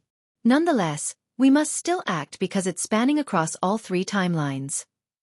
The voice said. 3 timelines. Xueqi's expression became serious. That's why we are in this miserable position. Just one timeline is not enough to force us to take action or jump into another pit. The world has gone down in one timeline already. The voice said, 3 immortals have paid the price and we had to make a choice as well. Looks like not everyone persevered. Xueqi smiled. I don't blame them, and we know that it is more than just one junior or a person behind this. If he is behind this, that changes everything, and I do think this is the most likely scenario. The voice said. Well, he and your group share the same origin. In terms of heritage and mutual understanding, if I were in their shoes, I would have chosen that side as well. It's a reasonable decision. Xueqi said. I agree regarding our origin, but as for mutual understanding? I'm not so sure. He has walked for too long. It's impossible to trace now. The voice said. Walked for too long. Xueqi stroked his chin and said. I haven't seen him this time, but from an objective standpoint, he might no longer be who we know. The voice said. Sure, time can change everything. Xueqi nodded. That's why when comparing the two of you, I feel like I understand you more than him. The voice said. It is an honor. Xueqi smiled. Indeed, we chose you and have struggled because of it. Otherwise, we could have just acquiesced. No need to be jumping into another pit like this. The voice said. I understand and appreciate your decision. Xueqi said. But do you think that it would have been better if there was no opposition at all? It's hard to say. It depended on the individual's desire. If it's a matter of dominance, then the outcome would have been easy to predict. But if it's something similar to you or him, determined to see things through to the end, that's a different story. The voice said, if my disciples are the ones standing before me, I won't be acting as the roadblock anymore. Xueqi said with a smile. That's wishful thinking, for that to happen will require an immense length of time. Neither you nor him need to wait that long. The voice said. So you think the time is now? Xueqi smiled. Am I wrong? So much time has passed yet he has not shown any sign of movement until now, and you will have to react accordingly. This will be the catalyst. The voice said. True. Xueqi admitted. You've pushed first and he's pushing back now. The voice said. So much trouble, I only did what I should have done. Xueqi smiled. He's doing the same thing. The voice said, if you wish to be the replacement and succeed, then he'll just try to replace you. But if this isn't the case, all predictions and calculations go out the window. Not if it's a certainty. Xueqi said before enjoying a delicious soup. That's why it doesn't matter if you're in a hurry or not. He'll have to respond in this epoch. The voice said. Just have to be ready for it. Xueqi smiled. Although we haven't seen him, judging by the stone, we're certain that he is well prepared. This was an important factor in our decisions. The voice said. It's just a stepping stone, nothing more. Xueqi said. For whom, that's the key question. The voice said. It doesn't matter too much. Xueqi smiled and said, the legend of the mortal world finally appeared, being blessed by an immortal. Read the most updated version of this novel and other amazing translated novels from the original source at The Brat Isn't Only Seeking Everlasting Life. The voice said, if that is all he wants, he wouldn't go as far as wanting to burn down the entire forest. Rather ambitious. Xueqi said. Although you have replaced Trinity with your new epic, that's only this world and not part of three immortals. However, your primordial tree extends to all crevices. Everything beneath the heaven is within your grasp now. So, burning this tree might be a shortcut to reap the benefits of your accomplishments. The voice said. It's possible, but I don't think the timing is right. Xueqi said. For him, it might be right since he can use it as a stepping stone, he needs it. The voice said. How funny, the stepping stone doesn't know that it is a stepping stone. Perhaps that's the problem. Xueqi smiled. Yes, he doesn't know, hence his bold advances. You are the roadblock before him, so he wants to burn your tree down first. The voice said. It's one way to stop being a stepping stone, have to seize fortunes instead of waiting for it. Xueqi smiled. Everything beneath the heaven is under your domination now. Perhaps this state is enough? How many had reached this height in history?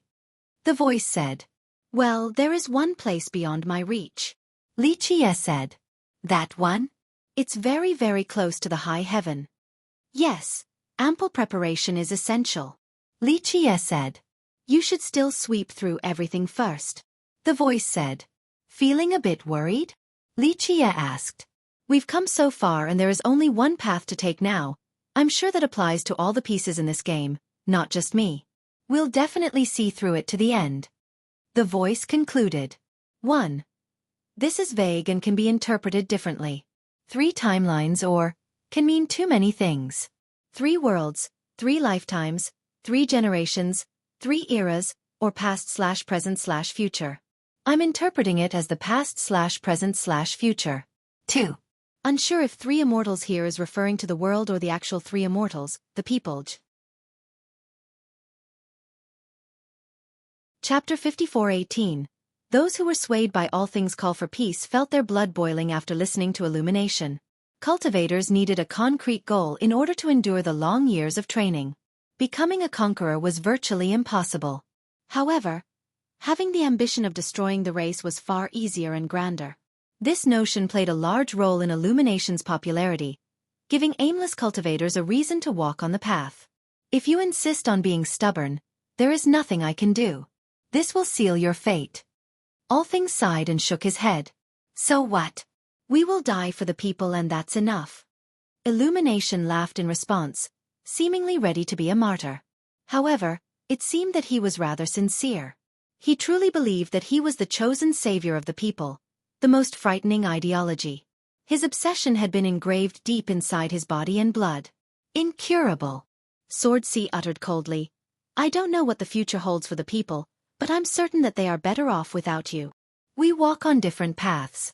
Illumination smiled and said, Everyone, since we've gathered here today, let's conclude it today. Everyone understood that words wouldn't be able to solve this issue.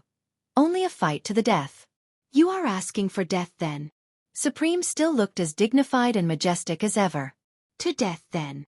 Xueqi didn't have the patience to argue any longer. The rays emanating from his eyes could cut down the stars. To access the premium content, go to Brother All Things? Will you oppose the race with me? Illumination asked All Things with a serious expression.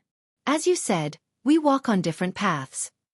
All Things responded, I agree with Brother Xueqi that the people is better off without you. If you can survive today, then I will fight you. Only one of us can move forward. All Things expressed his stance with a strong statement, speaking calmly and resolutely.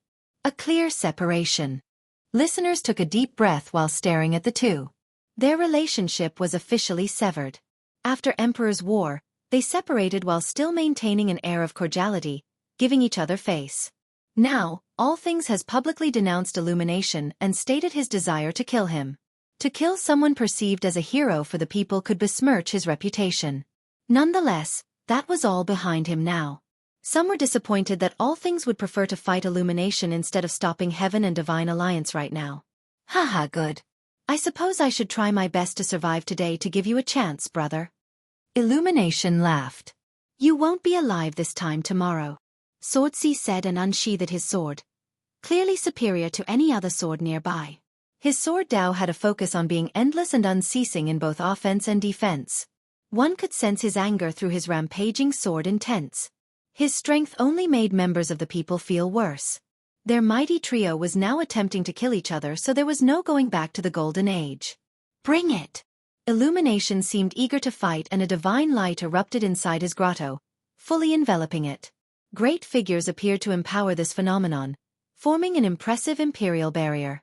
Everyone thought that there were still many conquerors and dragon lords following him in this perilous situation. Although his view was extreme, there was something about him that drew in these loyal supporters. Start!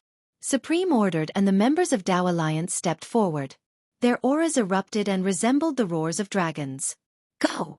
Xueqi also ordered the men of Divine Alliance to march forward.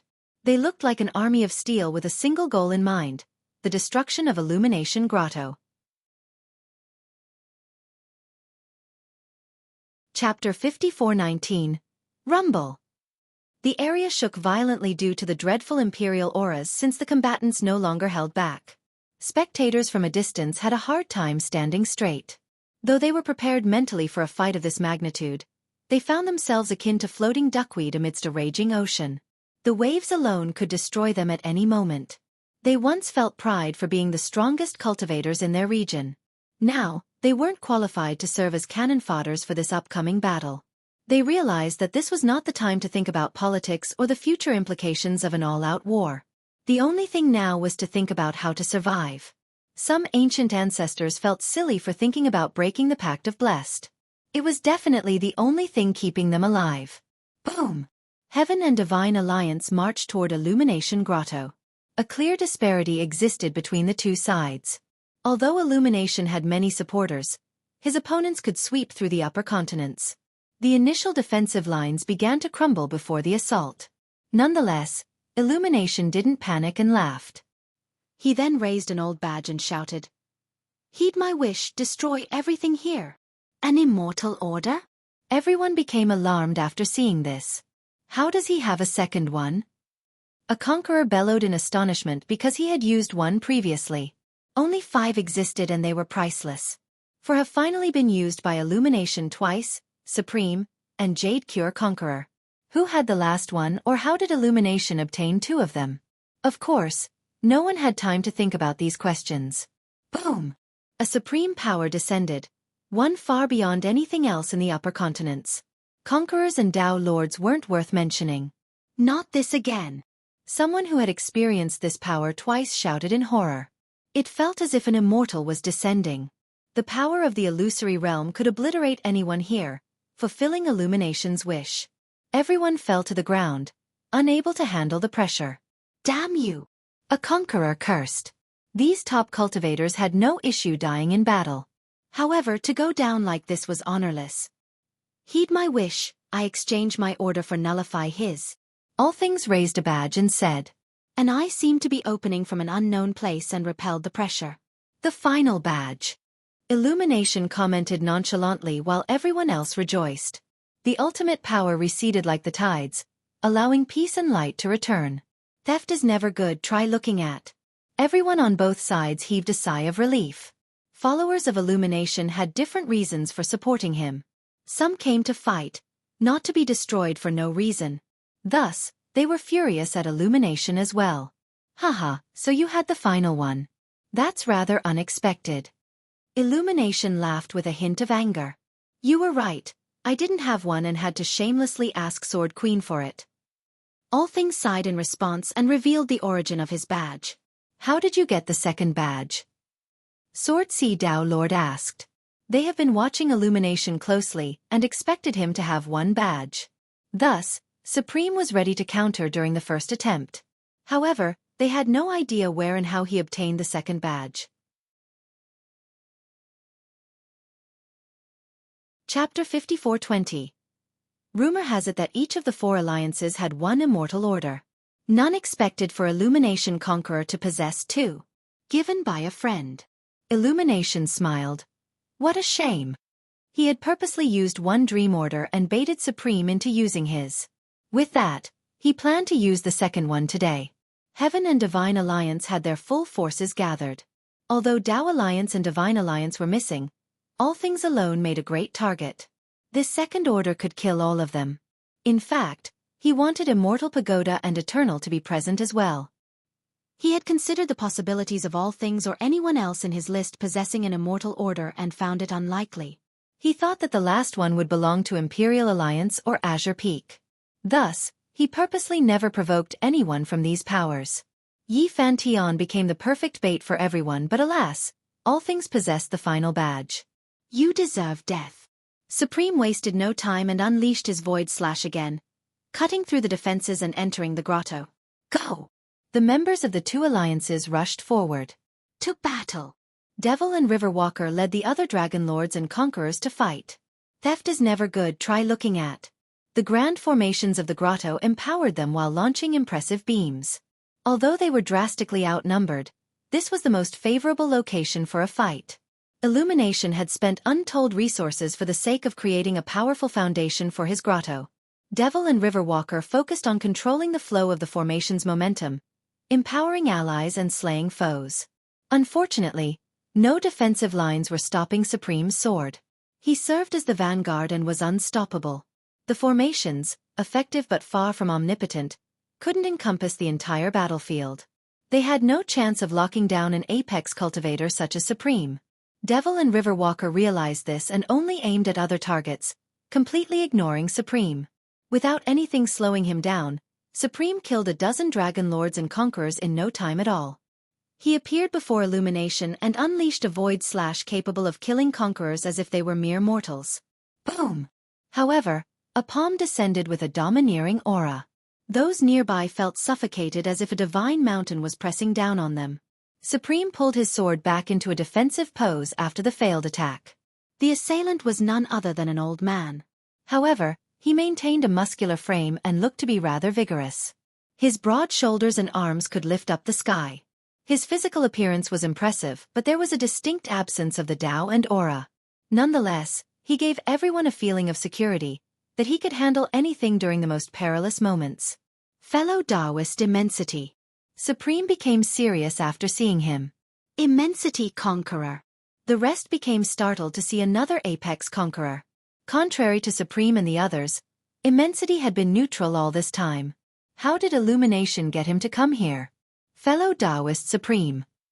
Immensity greeted back with a natural expression.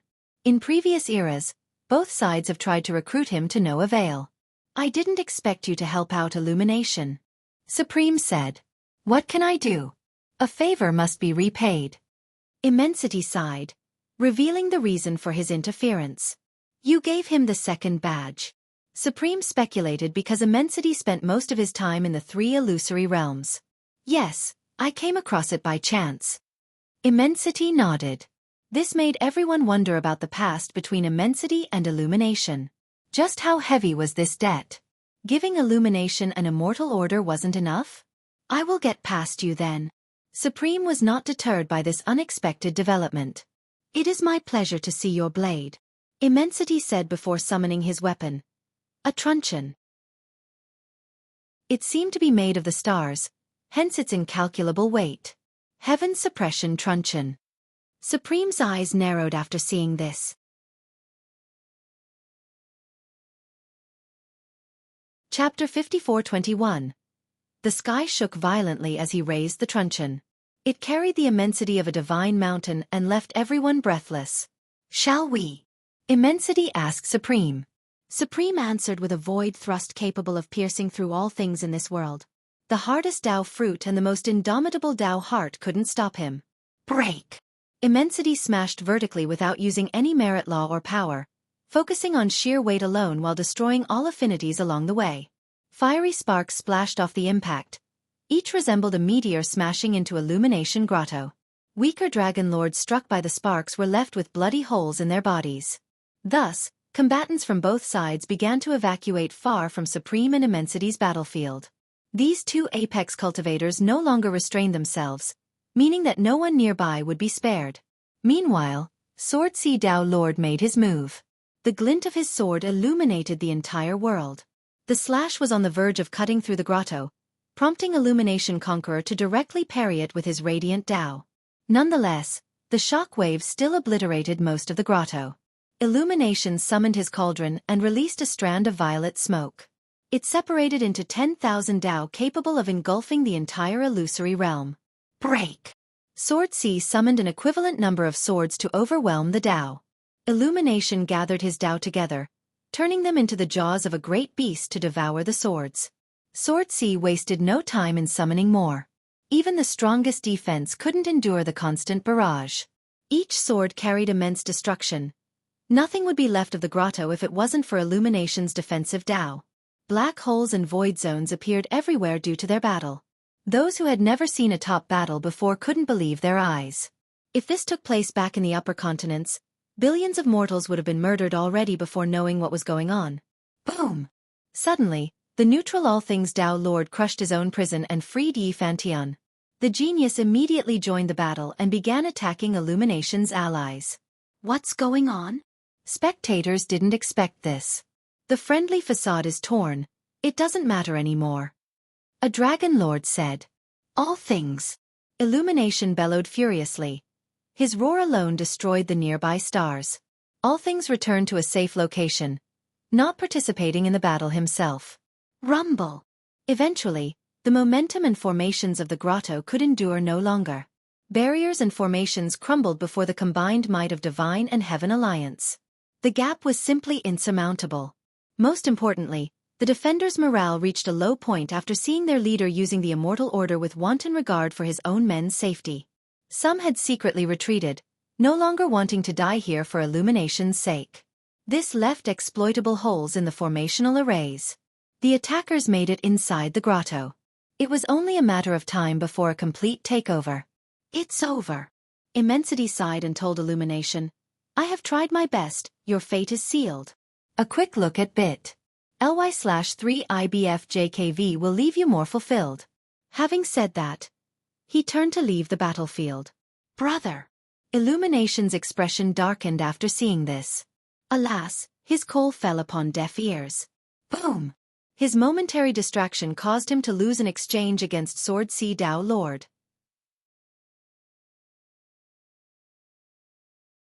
Chapter 54:22. Bam! Illumination smashed into the spatial fabrics of the grotto, nearly sending it flying. Supreme landed as well, ready to help Xueqi Dao Lord. Although the skirmishes inside the grotto raged on, spectators only paid attention to this particular battle between the apex cultivators. There's no salvaging this. Someone commented. Illumination couldn't handle his opponents, not to mention all things Dao Lord waiting in the background. Can't build a house with a single tree. A dragon lord murmured. When Immensity was still around, Illumination had a chance of winning or at least making a safe escape. Now, he was surrounded by equally capable foes. Bam! Another figure descended next to Supreme and Sword Sea Dao Lord. Eternal Conqueror. The big shots became startled. Yeah, this is over. Another said. This was inevitable. All Things sighed and said. Brother Illumination, if there is no other reinforcement, this is the end of the road for you. Supreme said with a charismatic tone, seemingly always in charge of any situation. This was the reason why he was trusted by Celestial Court for so long. All eyes were on Illumination. Those from the people thought that this was the end for a polarizing figure. He fought Heaven Alliance his entire life and now, his fate was sealed by them. Illumination was absolutely no savior, but to call him a villain wasn't quite right either. After all, many sympathized with his pitiful background and desire for vengeance. Ha ha ha, seems like there will be a conclusion today. Illumination laughed heartily. We'll send you on your way now. Eternal said. Ha ha ha, my life has been in vain since the race shall take over soon enough. Illumination looked at the sky and shouted. All Things, do you see? This is the consequence of your compromising. He then shouted at All Things Dao Lord. You are delusional, this is what you deserve. All Things responded. What I deserve? What have I done but attempt to build a world for the people? Illumination responded. Illumination, you speak as if the people would have been turned to ashes in your absence. No, both sides have been around since time antiquity. What you have done is a mix of accomplishments and heinous crimes. Sword Sea coldly uttered. I have no guilty conscience for doing what's best for the people, haha. Illumination said. Truly pitiful, a conqueror gone mad. Eternal commented.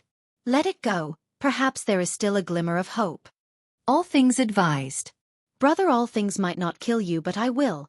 You're not leaving this place alive. Sword Sea disagreed. A quick look at Tinural. com/2p9mv8w will leave you more fulfilled. At this point, Illumination supporters could only watch on the sidelines since this was beyond their ability. They felt a deep sorrow in their heart, viewing Illumination as a tragic hero walking on a desperate path of no return. I've never cared about surviving since I've dedicated my life to the people, Illumination said. Enough! The friendly All Things Dao Lord interrupted him and said, Brother Sword Sea is right, you are lost in self-indulgence, believing that you're a protector despite your crimes during Emperor's War. Your arrogance and misguided judgment resulted in the death of numerous dragon lords and conquerors from the people, so stop attempting to justify your delusion. You are merely blaspheming the wise sages who were actual heroes during the great wars of past.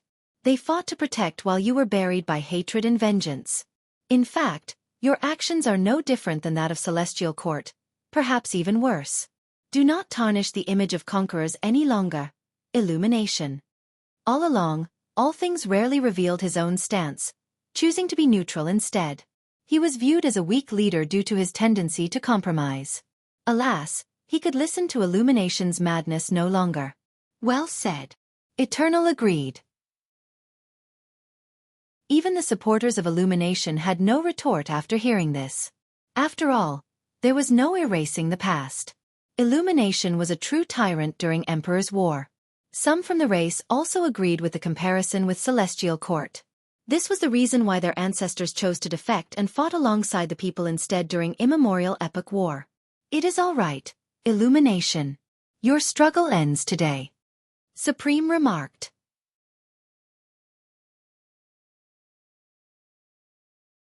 Chapter 54-23. Everyone could tell that this was the end of Illumination Conqueror's era. However, he didn't seem to think so. Ha ha ha, it is not decided just yet. Illumination showed no sign of despair. This naturally surprised everyone, including his opponents. Still got an ace card? Sword Sea stared intensely at him. All Things did the same while having numerous guesses popping up in his head. The two understood Illumination better than anyone else since they were allies once. They knew that he wasn't going to give up so easily. Of course. Illumination teleported back to what was left of his grotto. It no longer resembled a paradise, only a barren land filled with corpses. Casualties included those from both sides. He saw his disciples and loyal brothers lying on the ground. Resources and formations built with painstaking efforts have been reduced to ashes. He had a forlorn gaze as he said, "True heroes who sacrifice themselves for a supreme achievement. Brothers, you shall not be forgotten. Farewell on your journey." He then entered his personal palace. The others didn't pursue him and commanded their allies to leave the grotto instead. They had sealed the entire region so there was no escaping for illumination. Thus, an evacuation was required in order to avoid needless casualties. "Now this is an apex battle," a spectator commented after only seeing 4 cultivators left in the grotto. The assault earlier was meant to sweep clean the battlefield, readying it for this showdown. "What else does Illumination Conqueror have up his sleeve?" Another said. The situation looked rather grim for him. A few ancient ancestors and dragon lords didn't want him to go down in this manner, falling to his mortal enemies. Alas, everyone knew that the odds were stacked heavily against him. Supreme, Sword Sea, and Eternal Conqueror, not to mention all things Tao Lord waiting in the background. Moreover, other top members of the alliances have yet to show themselves. Dark Frost Tao Lord and Immortal Pagoda Conqueror. They might be serving as contingency plans just in case Illumination truly had something unstoppable as his last attempt. This is a miracle of sorts, living a life culminating in being attacked by all the apex conquerors. A conqueror smiled and said. The big shots from the people were rather annoyed. Alas, they had no response because Illumination's actions have alienated all of his peers. All things Tao Lord wanted to kill him, and the same for Dark Frost Tao Lord. The remaining apex cultivators included Azure Ancestor, Cold Flame Conqueror, and Sword Queen. The former two were neutral while Sword Queen gave all things Tao Lord her immortal order, making her stance clear. Immensity abandoned the battle as well, leaving Illumination all alone. Once a respected lord, only to be abandoned by all. A previous ally of Illumination became sentimental. He recalled the founding of Tao Alliance and its successful recruitment. Now, the current darkness stood in stark contrast to Illumination's golden age. No ace card will change the outcome. The hearts of the people are no longer with him. An insightful Tao Lord commented. Not long ago, All Things and Sword Sea Tao Lord didn't direct their blade at Illumination. Not even during Emperor's War. Now, the fair-natured All Things himself wanted to end this. To access the premium content, go to.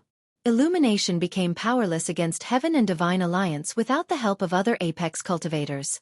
His ace card was only meaningless struggling. Rumble. His palace started crumbling down, slowly revealing a large pool in the center. It started flowing and connecting with the altar originally meant for Yi Fontien's sacrificial ceremony. Illumination then leaped into the pool filled with an unknown liquid. Others activated their heavenly gaze to analyze the event. Chapter 54-24. After taking a closer look, they found that the pool was containing liquefied stars. They saw their own reflection while gazing into it. As they took their time, they suddenly saw a vision of time. A river coursing to the past and then to the future. It resembled an unfurled scroll revealing dreamlike scenes depicting their life and fate. Devil Dream Water. Someone realized what it was. An extremely rare type of material that has similar characteristics to water. Supreme and the others became startled after seeing this. Such a high concentration and quantity. A conqueror couldn't believe it. This water only existed in the 3 illusory realms, only appearing for a split second during a special dawn event on the tip of chosen grasses. It would disappear afterwards, so cultivators had to time the gathering precisely. Although far from being on the same level as Anima Dream Water, it was still highly coveted. Most importantly, this wasn't just one drop but rather, an entire pool. Why did he gather so much Devil Dream Water? This confused everyone in the audience due to the time requirement to gather the pool.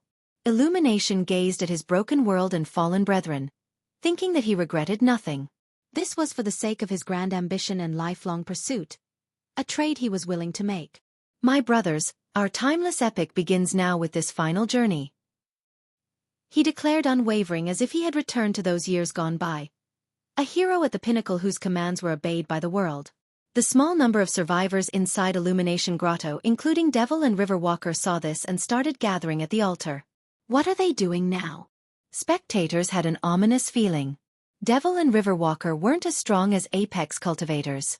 Nonetheless, they were only one step below. This novel is available on bit.ly/3IBFJKV. Supreme, Sword C, and Eternal understood that this could get serious. However, their pride prevented them from stopping the enemies.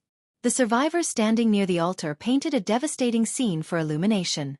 His men were either killed in battle or fled after seeing his insanity with the Immortal Order. Only the truly devoted followers remained. Some were his sworn brothers and others have been with him since the very start.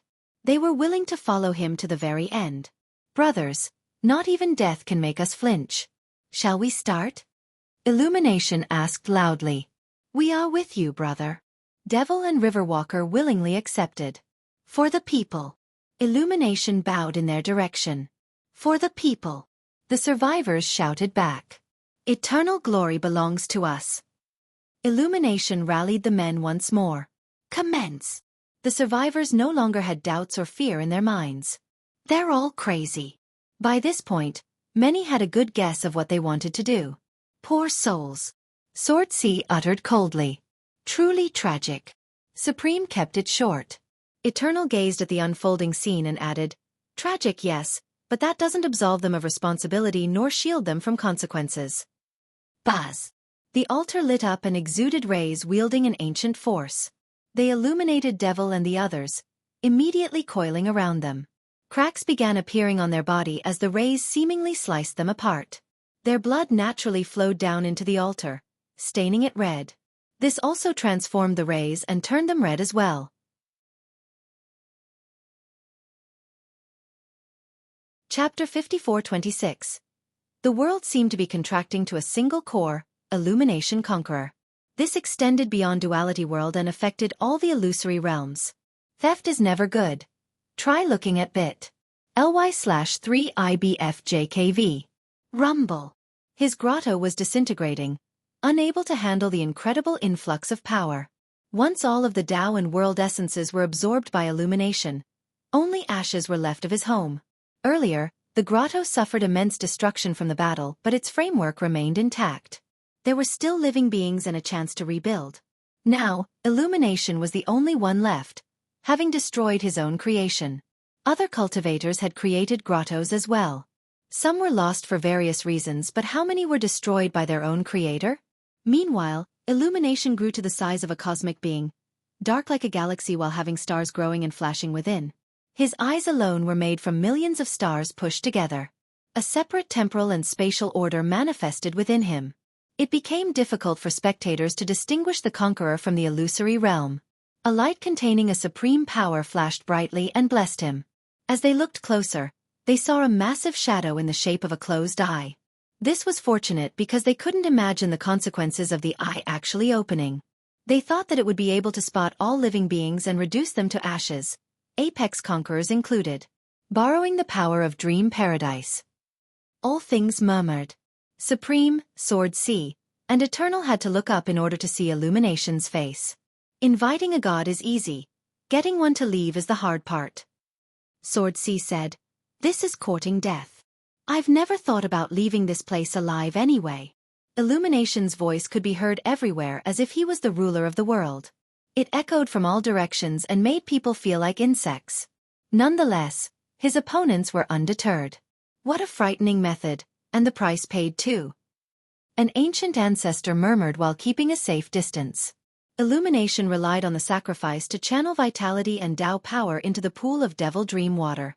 Keep in mind that this special water was a part of the illusory realm. As he became one with the pool, he also turned into part of the illusory realm and could borrow its power.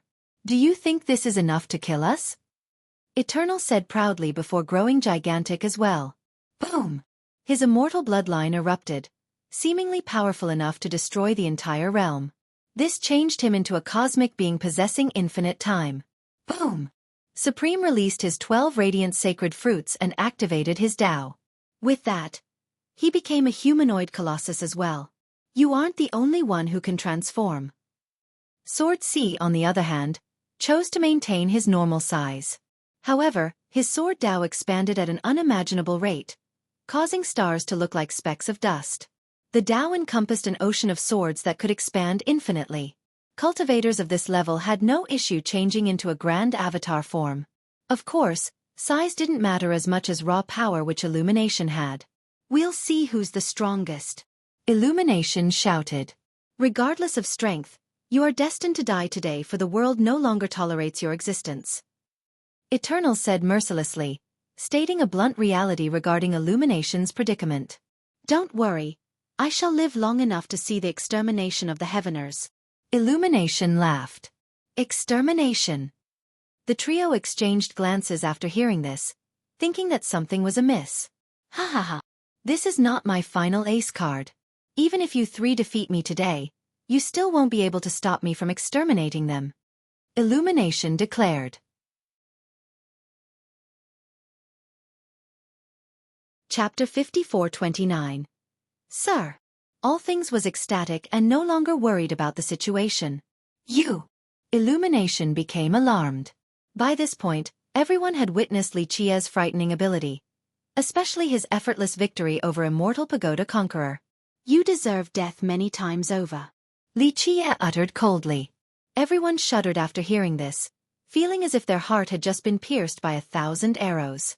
"You said that you wouldn't interfere in the conflict between the people and the race," Illumination shouted. "The line has been crossed," Li Qia uttered coldly before releasing his murderous intent. There was no suppression or destruction, only a pure affinity causing knees to buckle. Even the apex cultivators felt a chill coursing down their spine. "Ha ha ha, all of you have forgotten your original aspiration." Illumination laughed and said, "This includes you, sir. Do you not remember your background now that you stand at the apex, that you are human? Your race has been enslaved by the great races for eras. How can you stand to watch their imperious grin and celestial court's tyranny? What I shall do today is deliver justice to both the enemies and those who have forgotten their roots. You are not qualified to comment on my intent or the past. Early on in the history of this world, the 100 races had to face diversity because of madmen like you. You are no different from celestial court, only significantly weaker. In fact, I guarantee that if you were to possess their power, you would have been more dangerous, a scourge upon this world." Li Qia uttered coldly. "I spent my life fighting Heaven Alliance and killing the race. How can I be the scourge?" Illumination couldn't be convinced otherwise. "Theft is never good, try looking at. Are you forgetting that your casualties include members of the people and mortals?" Li Qia asked. "All grand designs require sacrifices and blood. That is what makes them great," Illumination said. "Enough." Li Qia became impatient and reached for the black fog. "Stop." Illumination performed a cosmic smash to stop Li Qia. Boom!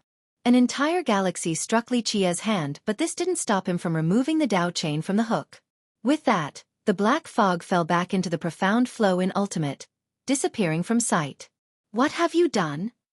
Illumination became livid. "I should have killed you long ago," Li Qia said. "We'll see about that. You have considered yourself to be above all for too long. I will kick you off your throne today." Illumination roared. The futile struggling of an ant who thinks it's strong enough now after borrowing some meager power. Li Qia said. "You shall see."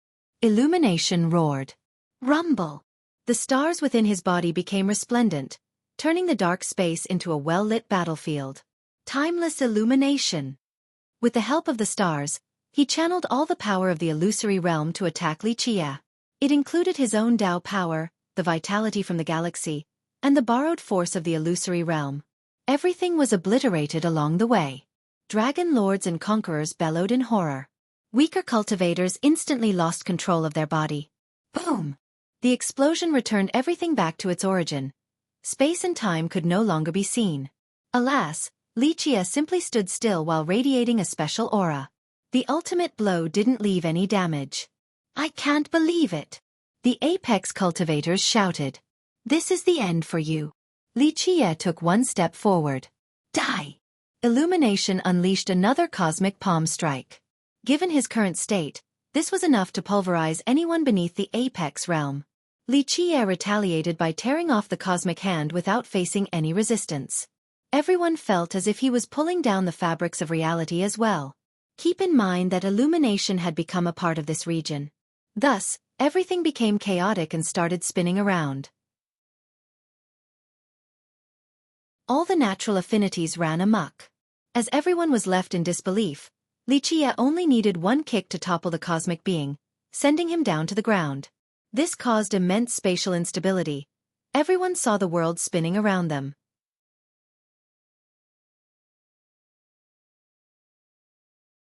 Chapter 54:30. Illumination Conqueror's cosmic form made everyone else seem like ants in comparison, the few exceptions being Supreme and his allies who were also in their grand avatar form. Theft is never good, try looking at. Xueqi, on the other hand, didn't activate a grand avatar form and resembled a speck of dust versus the cosmic being.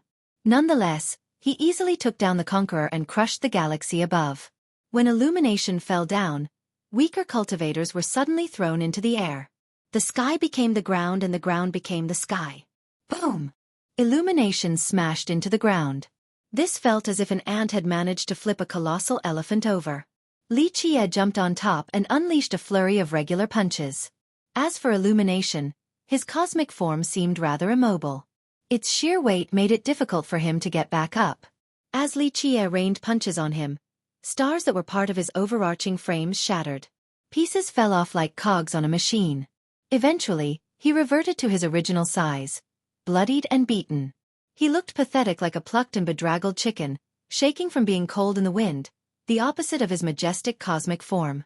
Not long ago, he was confident in going against 4 apex conquerors and Tao lords. The cosmic form might have been the pinnacle of his life. His appearance and aura left everyone breathless. Unfortunately, Xueqi only needed a few seconds and some punches to reduce him to a pathetic state.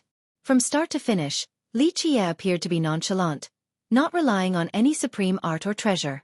He looked like a child punching randomly, but this was enough to render Illumination helpless. Words couldn't describe the spectators' current feelings. The power disparity broke their perception of cultivation realms. They didn't know whether to hate or pity Illumination after his utter defeat. They took a deep breath to regain their composure, unable to laugh despite the meteoric drop in Illumination's circumstances. You think you are qualified to save the people? Xueqi asked. Ha ha ha. Illumination still laughed, not letting others know his current emotional state. He could be overwhelmed with fear and rage, but he still responded, "No matter how powerful you are, you cannot take away my ambition. You think too highly of yourself, I'm fine with just crushing you." Xueqi coldly uttered. Everyone else watched in silence. Although the victor resembled a mortal, he still managed to defeat Illumination Conqueror. This was akin to an ant trying to fight against an elephant or a true dragon. An exercise of frustration and futility. I will never give up. I will shed the last of my blood and breathe my last breath for the people. Illumination suddenly roared. His 12 Tao fruits exuded boundless light. 12 grand Tao appeared in a magnificent manner, releasing strands of immortal light. He fully activated his immortal shell and all of his power and vitality.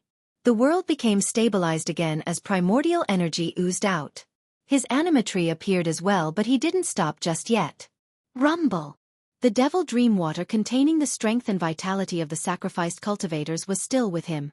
He decided to activate their power as well.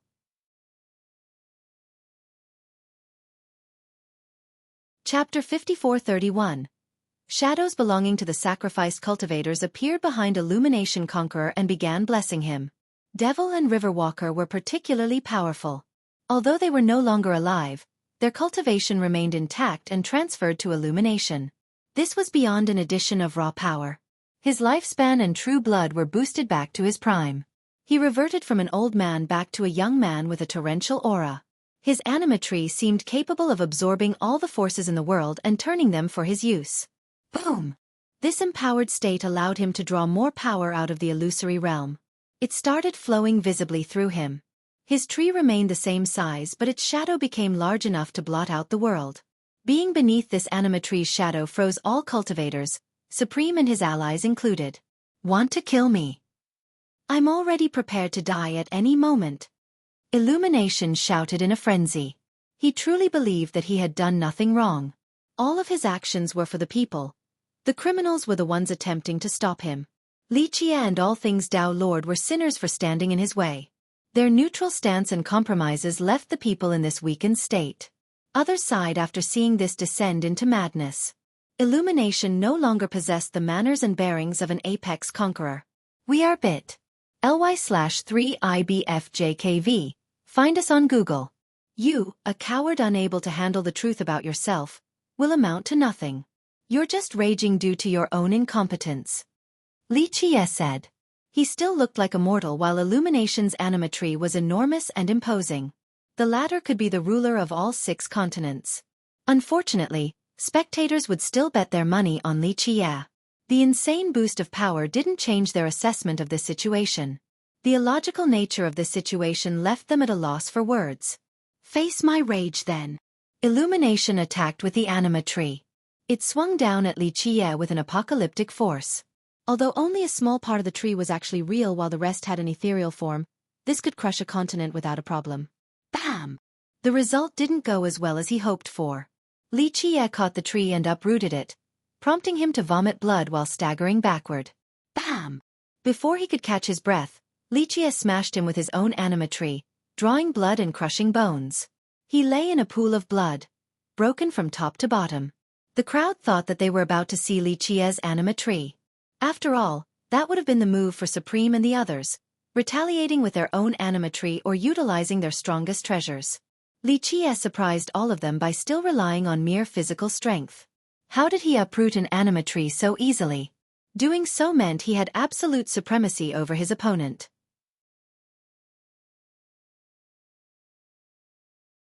Chapter 5432. Illumination Conqueror attained a high mastery over his anima tree while borrowing the power of the illusory realm. This granted him enough power to kill apex cultivators such as Supreme or Eternal. Alas, his anima tree was uprooted by Xueqi while he lay in a puddle of his own blood. If he had gotten a chance to fight Supreme and his enemies, it would have been a tragic and stirring tale even in the case of defeat and death, the end for a hero. Unfortunately, there was nothing tale-like regarding this beat-down. Xueqi drove him helpless and insane, looking like a struggling clown. He ruined his prestige and reputation by continually descending into madness. Even if I die, my spirit will live on with the people. The broken conqueror got up and healed his wounds with his Tao and vitality. He had no other thought in his mind outside of a singular obsession, offering everything for the people. Holding on to this obsession was the only thing keeping him going. Otherwise, he would collapse himself without being defeated due to the atrocities he had committed. Boom! His vitality coiled around his true fate and created a blood maelstrom. He then roared, "We stand together, the people shall never fall." Time and space started spinning with the maelstrom as well, creating total chaos in the illusory realm. A gigantic eye manifested into reality at the center of the maelstrom. Everything else came to a halt. This caused everyone to gasp while the top cultivators shuddered in fear. They understood what Illumination was doing, calling out the legendary Eye of Dream Paradise. The mythical eye, the ender of worlds if it opens. A dragon lord murmured in horror. At the very least, the illusory realms will go down. Another Tao lord said, "Open and obliterate this world." Illumination laughed wildly before chanting, "We are Poreed.com. Find us on Google." Although this was only an image of the eye, everyone believed that it still could destroy the illusory realms. This meant that anyone inside would be killed as well. Pop! The eye opened wide, revealing its profundity, capable of devouring the illusory realms and all 6 continents. "Not like this!" Supreme shouted while the others felt the same fear. Xueqi, on the contrary, only smiled and took no action to prevent it. "Let us destroy everything, ha ha ha." Illumination celebrated as if this would destroy everything before him including Xueqi. He didn't mind dying in the next second since he was going to drag so many members of the people down with him. Zzz. The sound of absorption started since the eye truly initiated its consumption process. However, it didn't devour the world, only Illumination conquers vitality, Tao power, chaos true energy, and even his newly gained primordial affinity. "No!" he bellowed while deteriorating into a dried corpse. "Devour them!" Unfortunately, the eye didn't understand and continued absorbing him who couldn't resist since he had become a part of the illusory realm. The power he borrowed was now directly suppressing him. This development caught everyone by surprise. First, Illumination Conqueror knew the secret to summoning the Dream Eye. Second, they thought that the eye would target them in the illusory realm. Alas, only the summoner himself was affected. Bam! He fell to the ground once all of his essences and true fate were absorbed by the eye, resembling a grotesque corpse. I stand with the people," he uttered his last words.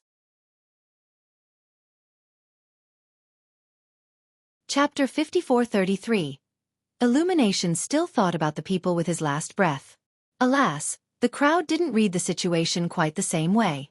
This was absolutely a heroic and stirring moment if it came from anyone other than him. Nonetheless, this could still be a legendary tale for the mortals with certain embellishments added. Songs could be sung regarding a cultivator who fought for his people, eventually sacrificing his life. He paid the ultimate price without thinking twice. Was there anyone more heroic than him? This happened often in history due to the missing pieces and inaccurate accounts. Devils could be remembered as heroes and vice versa. This applied in Illumination's case, especially at the beginning of his cultivation path. Many regarded him as a hero and a protector, fighting against Heaven Alliance for the sake of the people. In reality, his closest allies at that time knew otherwise, hence their eventual turn against him. The strongest cultivators in the crowd ruminated on the issue. Some even let out a sigh, including All Things Tao Lord. Was Illumination Conqueror a scoundrel? A villain? A two-faced hypocrite? Not entirely. In fact, more often than not, he was straightforward and unpretentious, willingly accepted responsibility for his actions. Unfortunately, his obsession for revenge got the best of him, morphing his vengeance into a noble pursuit and twisting his mind. This persisted until the last moment of his life. A truly frightening reminder. Theft is never good, try looking at. Since he always thought that he was right, he was willing to massacre anyone and everyone in the name of protecting the people. Those who opposed him were in the wrong and should be branded as sinners, to be erased from this world. His previous supporters understood how far he had strayed at this point, that he was no longer the cultivator they respected in the past. His dried corpse painted a stark contrast to how dominating he used to be, capable of commanding numerous cultivators.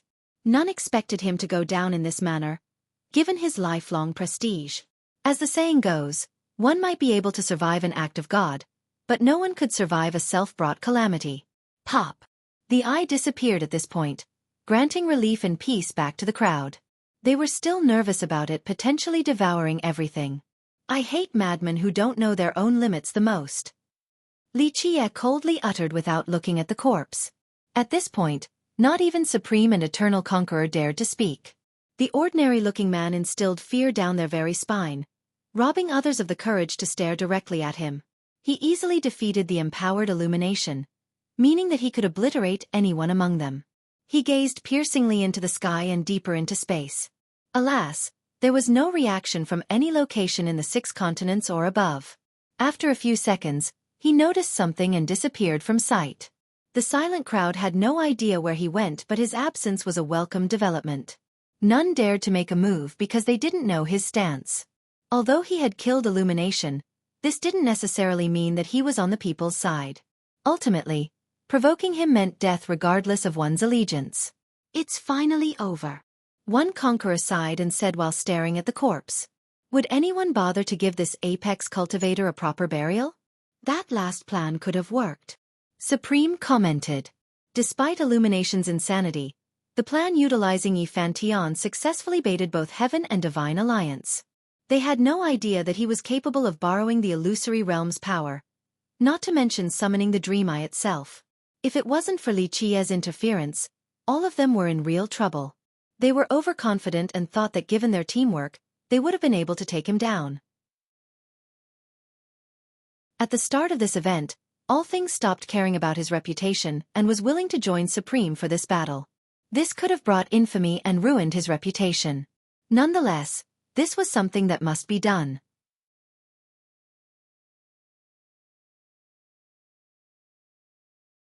Chapter 54:34. All Things knew that although Supreme was antagonistic, he didn't pose as much of a threat compared to Illumination. If Illumination had been allowed to act untethered, he would eventually lead the people to damnation. His death today erased a heavy burden on All Things' shoulders. Goodbye now, gentlemen. He turned toward the others and immediately left.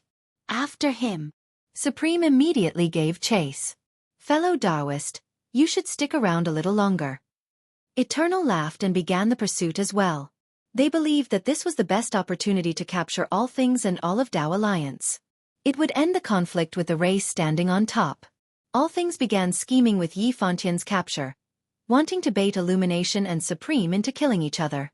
It turned out that Illumination would have been the final victor in this match. His only misstep was not knowing the connection between the ancient Heavener and Li Qie, resulting in the latter's interference. The end of one match meant the start of another, Supreme and Eternal's pursuit. That's it for the Pact of Blessed. The spectating Dragon Lords and Conquerors saw this and knew that peace was no more. All things leaped into a different dimension, but his opponents were able to keep up with his pace.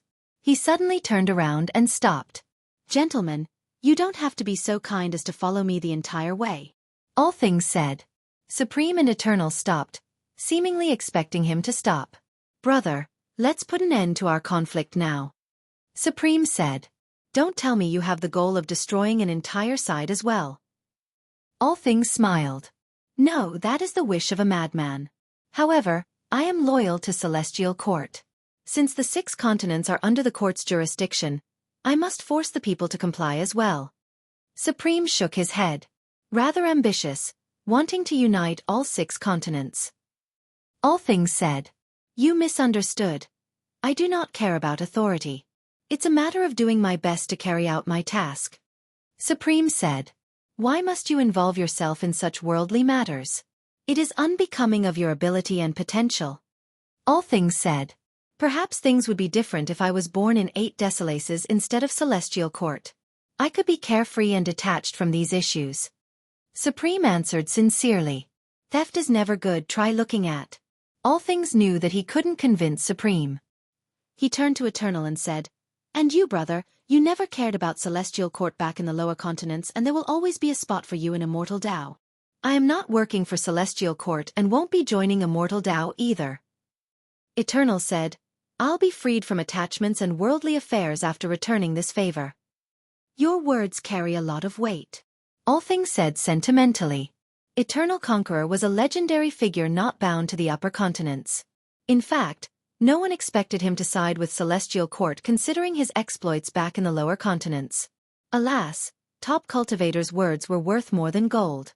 Immortal Pagoda Conqueror, committed to protecting Alchemy Tao, and Immensity Conqueror went as far as giving Illumination a dream order. Eternal, the man who united the lower continents and disobeyed Celestial Court, had to work with Divine Alliance. An emperor's promise should be unbreakable. Eternal said. "I agree." All Things said. Many top cultivators took their promises to heart regardless of their stance. In fact, one day when a few fell into the darkness, they would still try their best to keep these promises. Eternal was one of them, hence his current allegiance. "You should submit now, brother," Supreme said. "How confident are you in carrying out this task?" All Things asked. "If there is no more unexpected interference, 100%. Supreme didn't hide it. "Oh." All Things stopped smiling because Supreme was neither arrogant nor ignorant. The two of them have struggled for generations now without a victor. This was because neither side had confidence in a complete victory. "What did Celestial Court give you?" All Things asked. "It's been here all along, it just required more time. That's why some choose to stay here in the upper continents, you included," Supreme said. The 3 of them were apex cultivators capable of ascending to the immortal continent. However, they had their own reasons for sticking around. Most never returned to the lower continents, but the upper 2 continents occasionally had visitors from above. "So Celestial Court's ace card is ready now?" All Things inquired again. Eternal glanced at Supreme as well, curious about the answer. "Just a few," Supreme nonchalantly said.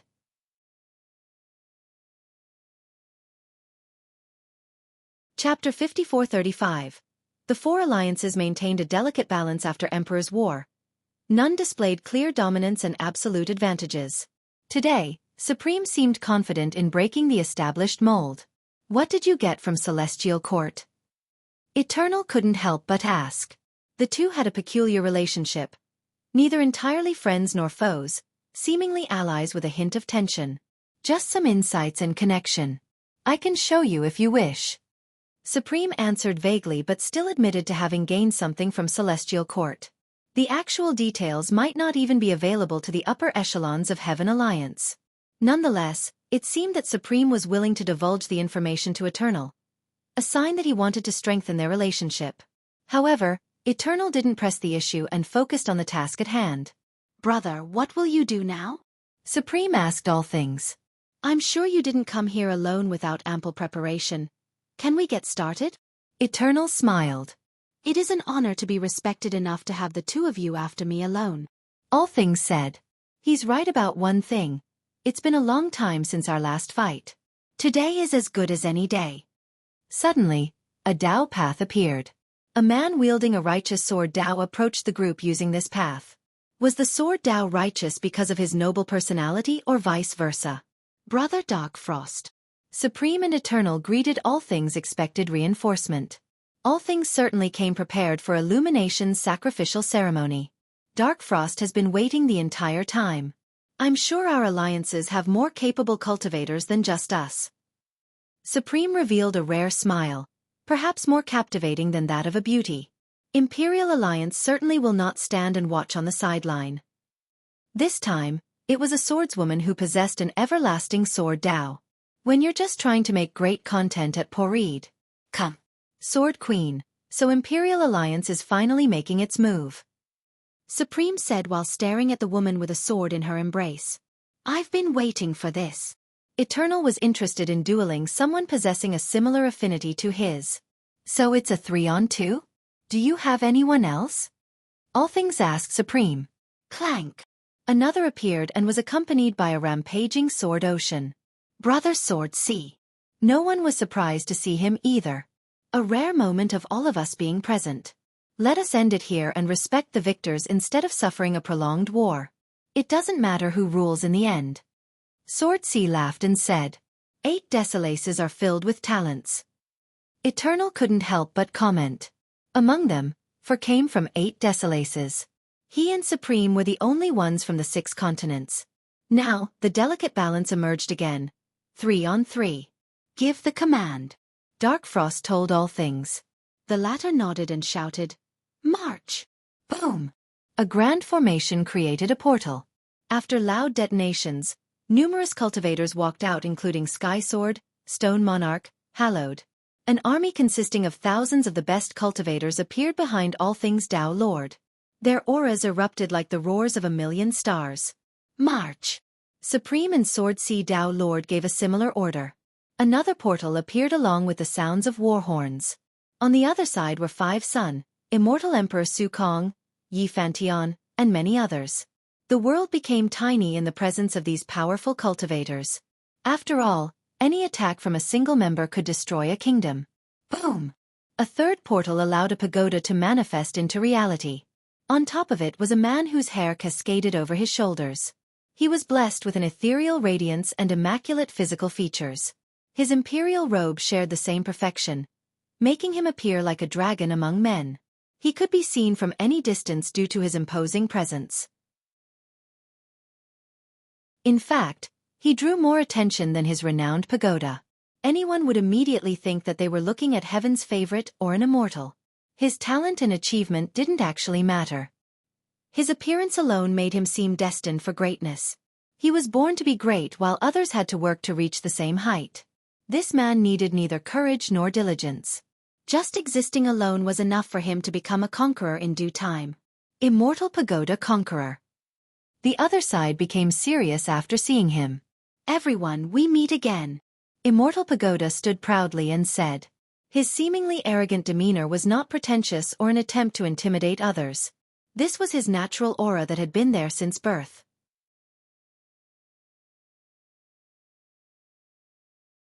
Chapter 5436. Immortal Pagoda was unstoppable back in the lower continents and had the same success in the upper continents. He was ferocious and decisive during his conquest, destroying numerous kingdoms and sects along the way. The most frightening thing about him was his inborn primordial Tao fruit, something most likely superior to having 12 fruits. However, given his physical gifts, many believe that he would have been an apex cultivator even without the special fruit. His appearance caused the first imbalance, 4 to 3 apex cultivators. Moreover, All Things, Dark Frost, and Sword Queen specialized in offensive abilities. They wouldn't be able to stop his pagoda. In the past, Calamity Dao Lord played the role of stopping him. Moreover, they had Illumination Conqueror as well. Today, Illumination was dead while the race still had another apex cultivator, Principal Conqueror. Ever since his abdication, he was rumored to have been living reclusively back in his clan, no longer showing up. In spite of this, he should still stand with the race during an all-out war. Who will stop me today? Immortal Pagoda asked, looking ready to fight anyone. Members of the people certainly felt great pressure due to the destructive nature of his pagoda. Who else but me? Haha, won't be difficult playing with your pagoda at all. Suddenly, a ray stretched closer from the horizon, allowing the rider to appear on the battlefield in no time at all. You're finally here. All Things smiled and said. The rider was a thin old man with an antennae growing on his forehead. He had a shell on his back with 12 intricate patterns. The flowing runes could deduce the utmost wonders and mysteries of the world. Although the old man appeared weak and feeble, the flickering flash in his eyes contained a primordial tablet capable of halting the flow of time. So you are back, fellow Taoist Calamity. Immortal Pagoda glanced at his shell and said, I heard that your shell broke down. Fortunately, the descendants in Imperial Attendant City still remembered him and used a dream order to save him from his captivity. Ha ha ha. Wasn't difficult crafting a new one since I was bored being stuck in that palace. This one is so much better than the previous. I wonder if your pagoda has improved as well. Calamity said. We'll find out now. Immortal Pagoda's primordial fruit started crushing space and freezing everyone. This battle consisted of the best. Nonetheless, most were fundamentally weaker due to a lack of primordial affinity. This applied to All Things and the other apex cultivators. They possessed anima, but this was still one step lower than the power stemming from the primordial fruit. Good. Calamity laughed but didn't underestimate his opponent. He raised his shell containing the mysteries of heaven and earth, condensing them into an impregnable wall. This was the toughest defense, no different from an indomitable Dao heart. Impressive. Your shell is indeed better now. Immortal Pagoda praised. Calamity stopped being complacent after losing his old shell to the palace gates. He spent years creating a new one, a culmination of his lifelong Dao search and the innate gift of his race. It can be hard to make great work when it's stolen from bit. ly/3IBFJKV. The same goes for you, let's do this. Calamity said and pushed his shell forward. Despite being a defensive technique, its momentum still swept through the battlefield while being dangerous all the same. Immortal Pagoda seemed happy to be facing a capable foe. He raised his pagoda and commanded it to descend while releasing chaos energy. A battle between these mortal foes wouldn't end anytime soon, the same as how it used to be during the previous war. Brother, try this. Supreme made his move as well, slashing his void Dao in the direction of All Things Dao Lord. All Things took this seriously and activated his renowned mantra. One entity turned into a Dao capable of supporting all things. Try this. Dark Frost picked Sword C as his opponent. Bring it! Sword C could control his ocean of swords with a single thought, wanting to drown the other sword user. Both of them were practitioners of the 9 heavenly sword Dao. Fellow Taoist, shall we? Sword Queen performed her everlasting sword technique. Eternal immediately activated his bloodline and temporal affinity in retaliation.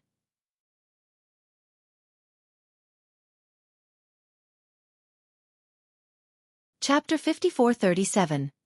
War had begun in the upper continent, starting with the strongest cultivators. Others outside of the battlefield trembled in fear. Sects and kingdoms recalled their disciples and tried to evacuate. There were no winners for regular cultivators. They were as feeble as ants compared to the conquerors and Dao lords. This was a matter of survival, not glory. Alas, how many could stay safe under the wrath of the battles? Some thought about running back down to the lower continents or hiding in the illusory realms. As for Li Qie, he returned to the courtyard in Imperial Attendant City to take a look at the pond. It now radiated brightly, but this didn't disturb the old man from sleeping on his rocking chair, swaying back and forth. The war between apex cultivators and even the destruction of the world didn't matter or affect him in the slightest. The flow of time became restricted by the sway of his chair. Li Qie glanced at the flashing pond before sitting down next to the old man. Awakening soon. Your plan is working. The old man said without opening his eyes.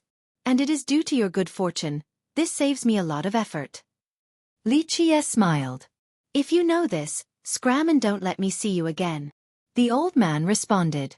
You don't have to remind me. I'll be leaving and you won't be able to see me even if you want to. Li Qie nodded. This earnest answer left the old man in silence. It's goodbye then, he remarked. Their relationship was rather peculiar. Li Qie had killed him and wouldn't leave him to rest in peace. The hatred should be immense, but this wasn't the case. He was dead, and Li Qie's presence actually brought a little color to his dull death. Moreover, Li Qie was the only person qualified to speak with him in this world. Silence would be his only friend after Li Qie's departure. Yes, you can finally rest in peace here now, Li Qie said. I will do whatever I want. The old man protested. Death is a process as well. I wonder if you will be able to endure the incoming years. Li Qie smiled. For the full version, visit. What's there to endure? I'm already dead. The old man said. Not having someone to talk to. Li Qie said. The old man paused for a moment before admitting, True, it's a shame I can't kill you right now. Yes, no chance. Li Qie said. Well, although I can't do it, someone else might finish the job in the future. The old man said. Perhaps. Li Qie stroked his chin and pondered his potential doom. Go and find out. It is indeed time to set off. Others might be waiting for you. The old man said. They're getting impatient, but I'm not in a hurry. Li Qie said. Cornered dogs are capable of jumping the wall on top of biting someone. I'm afraid this wall might not be high and sturdy enough. The old man said. The matter of the wall is none of my concern. Someone else will take care of it. Li Qie glanced at the sky. The old man stared at the sky as well before responding. I'm afraid the wall can't be fixed this time. War is coming. A descent isn't strange. Not like it hasn't happened before. Li Qie said. It's different this time. The villainous heaven knows this too. The old man disagreed. Li Qie nodded and said. All of this might be a pit waiting for someone to jump in. One misstep means being buried. The one being buried is up to debate. We've all experienced this before. The old man sneered. In my opinion, the villainous heaven is too merciful in this case. Li Qie said. Not merciful but apprehensive of certain things. The old man said. This will be a large-scale one, a complete annihilation. Li Qie mused. Not easy to annihilate such a large pit that was deliberately excavated. The old man said. Yes, so much sneaking around in the past, digging while avoiding the villainous heaven. But now, they're doing it so openly. Li Qie said. A pit to bury the heaven. What a clever idea. It's a pity that in the end, they'll be buried themselves. The old man laughed. Is that what happened to your group back then? Li Qie had a sly smile. Your defeat up there was probably worse than ours. The old man responded. True with regards to the circumstances. Li Qie nodded. But I am different, still able to restrain my desires and maintain my Tao heart. Easier said than done. Come back and say this again once you're presented with an opportunity to devour the villainous heaven. The old man said. I don't have this intention nor do I need to. Li Qie stared at him and said earnestly. This is why I'm different from you and him. The old man pondered briefly before replying. He would probably choose to devour. Well, the inevitable is coming. Li Qie looked at the sky again and said softly. Have to seize the opportunity to strike when the foes are sickly. The old man urged. This is a good chance. Haste makes waste. Li Qie smiled. Plus, who will be sick then? You're just unsure whether you'll be stabbed in the back or not. The old man said. That's one of my flaws. Too trusting and sincere. Li Qie responded. If what you say is true, you would have responded. I see that you have no intention of doing so. The old man asserted. Like I said, no rush. Li Qie repeated. It seems like I'm the one impatient when I'm not even in the match anymore. We'll see who will be the first to lose their composure. The old man said. That doesn't matter too much, a full sweep is necessary. Li Qie sighed and said. It'll come at a cost, It depends on how much you're willing to let go. The old man said. I'm just a passerby. Li Qie said sentimentally. A world without people means there are no passers-by. You will be the master, not a visitor. The man joked.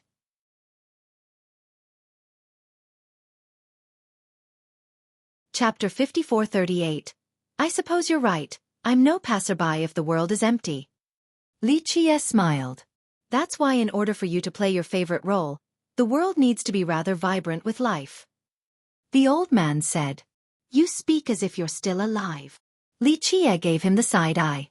I'm infected by the mortal coil now. The old man smiled. Li Qie smiled and could see that even this apex being couldn't handle eternal loneliness. Let's talk about something else. My legacy doesn't mean much to you, but it is still somewhat interesting. The old man said. I see. Then I'll introduce you to someone. Li Qie said before telling True Bear to come in. What do you think of this seedling for your legacy? So average, not worthy of my legacy. The old man said. Li Qie nodded and said, who in this world is worthy of your legacy and can shoulder it? Nonetheless, if you wish to do so. He has followed me for some time and I have laid a foundation for him.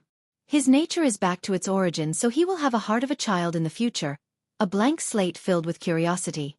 The old man stared at the bear who lay down on the ground, looking rather obedient. Things don't always go as planned. He had passed down his legacy as well to someone deemed supreme. Li Qie said, do you want your legacy to pass down or do you want to keep on waiting? Keep on waiting. The old man said. Even if you keep on waiting for the perfect inheritor, they will not be able to surpass you. Even if I were to inherit it, I can't surpass you in this Tao either. The transcendence has to be internal, not through external grooming. Li Qie said.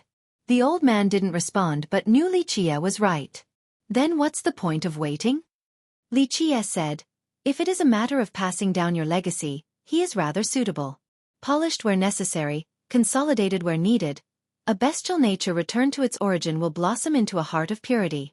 I believe you will have a hard time finding a better candidate, not to mention needing to personally nurture and build a foundation yourself. You make it sound like I'm taking advantage of you. The old man grumbled. It's just how kind I am, always considerate and thinking about what I can do for others. That's why I'm doing my best to assist you with your idea. Li Qie said. Beneath the nice words loom all your nefarious intentions. The old man sneered. To mistake kindness for treachery. Li Qie said. Well, I'm generous enough to not take this excellent seedling for myself, that's the reality of it. You want him to go up. The old man said. Think what you may, I can't convince you otherwise. Li Qie shrugged in response. That's right, you're not fooling anyone with your plan. The old man sneered. You're not raising a frog in the well but a true dragon. Would the dragon always want to be cooped up in a small well? No, it wants to soar up to the heavens. Li Qie said. I can't argue with that. The old man said. Who are you but an apex existence in your prime? Your legacy can't just stay in this small well. Li Qie went on. No need to flatter me. The old man said coldly. Not flattering at all since you're already dead, unlike the other geezers. You died thoroughly and even took care of your corpse, not causing any trouble. This is not to say that you didn't cause enough trouble during death, but in my opinion, you are deserving of leaving your legacy behind. Li Qie said. Bah, speaking as if you're the boss already. The old man said, Dark Crow, I'm not falling for this. I'm speaking the truth, but this is also a reminder to you. I don't always play nice if people start causing trouble. Li Qie responded. You never played nice. The old man sneered. Let's go back to the topic of you being thoroughly dead. There's no chance anymore, right? So did you leave anything up there? A man of your grand stature certainly must have.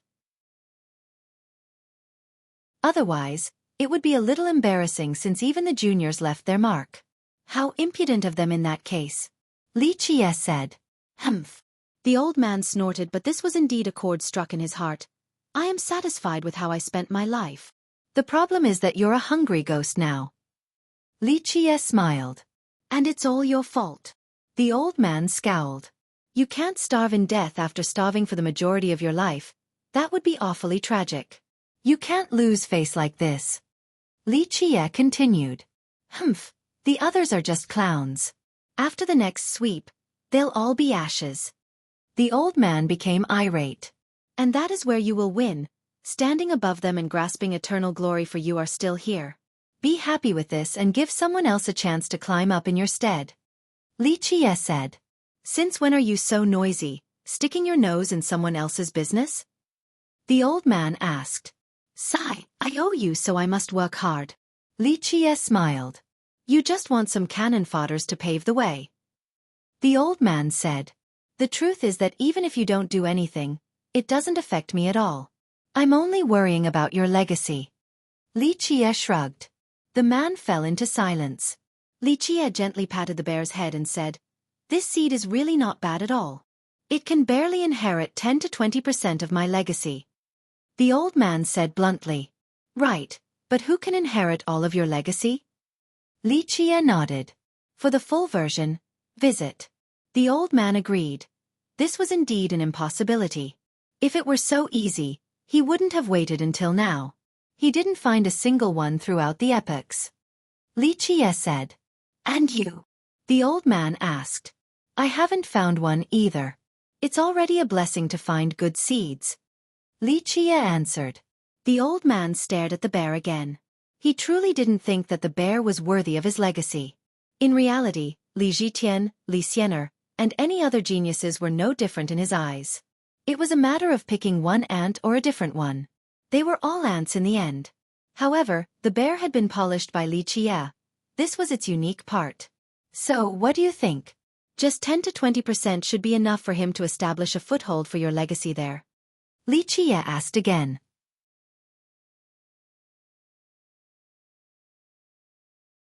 Chapter 5439.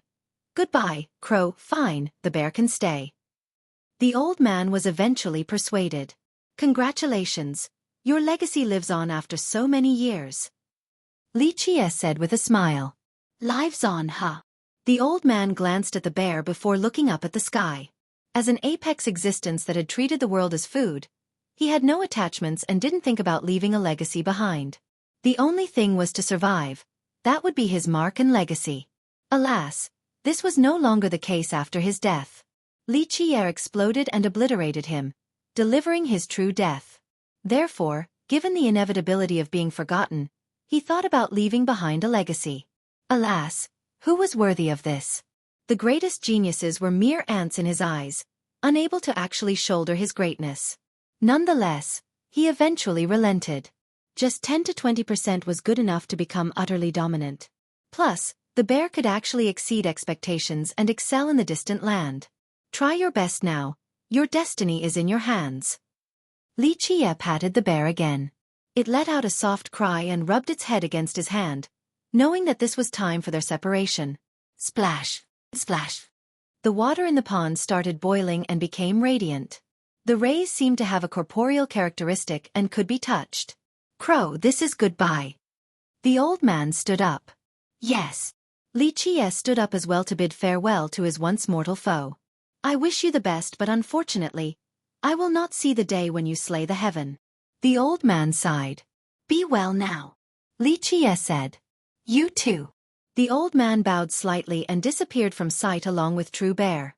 The courtyard became particularly quiet with their departure. Nonetheless, its seal remained, blocking it from the rest of the world. A billion years could pass and the separation would still remain. Splash! A supreme beauty emerged with water droplets streaming down her body. Words couldn't describe her unparalleled appearance. She was blessed with a slender figure, long legs, and immaculate features, all culminating in a peerless charm and aura.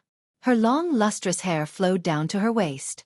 As it swayed gently, an ethereal aura oozed outward.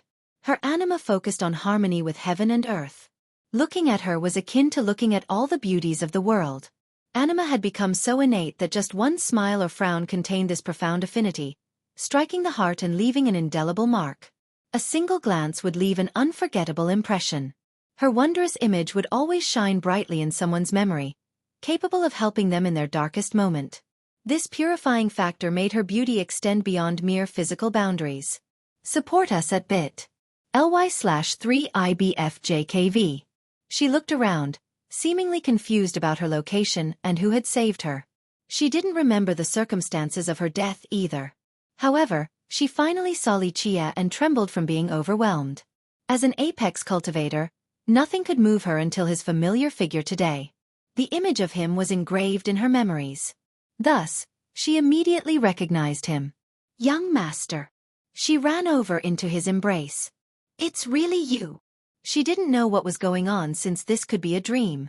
"It's me, I'm really here." He smiled and gently stroked her long hair. She hugged him tightly, afraid that he might disappear if she were to let go. A long while later he said, "Long time no see." "Yes, long time no see." She nodded and looked up carefully at him. "You really did it." "Have I ever failed before?" He smiled. "No, of course not," he said. She nestled in his chest for a moment before asking, "Is everything okay?" "Yes and no," Li Qie responded. "And Heaven Guard?" she asked. He sighed and comforted her. "No longer around, they have accomplished their mission wonderfully, truly deserving of pride." "It's inevitable," she sighed softly. After all, the rise and fall of sex were normal occurrences. Nothing could last forever. "Why did you throw your life away? Was that necessary?" he asked. "I returned in order to warn you, young master. The situation is dire." Her expression became serious. "I know, I noticed signs everywhere, not just from you," he said. "Someone descended with a sinister plan," she revealed. "Yes, within expectations, albeit a little soon."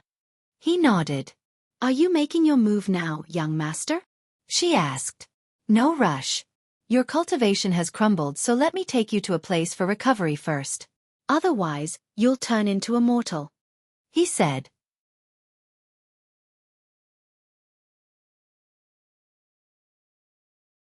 Chapter 5440.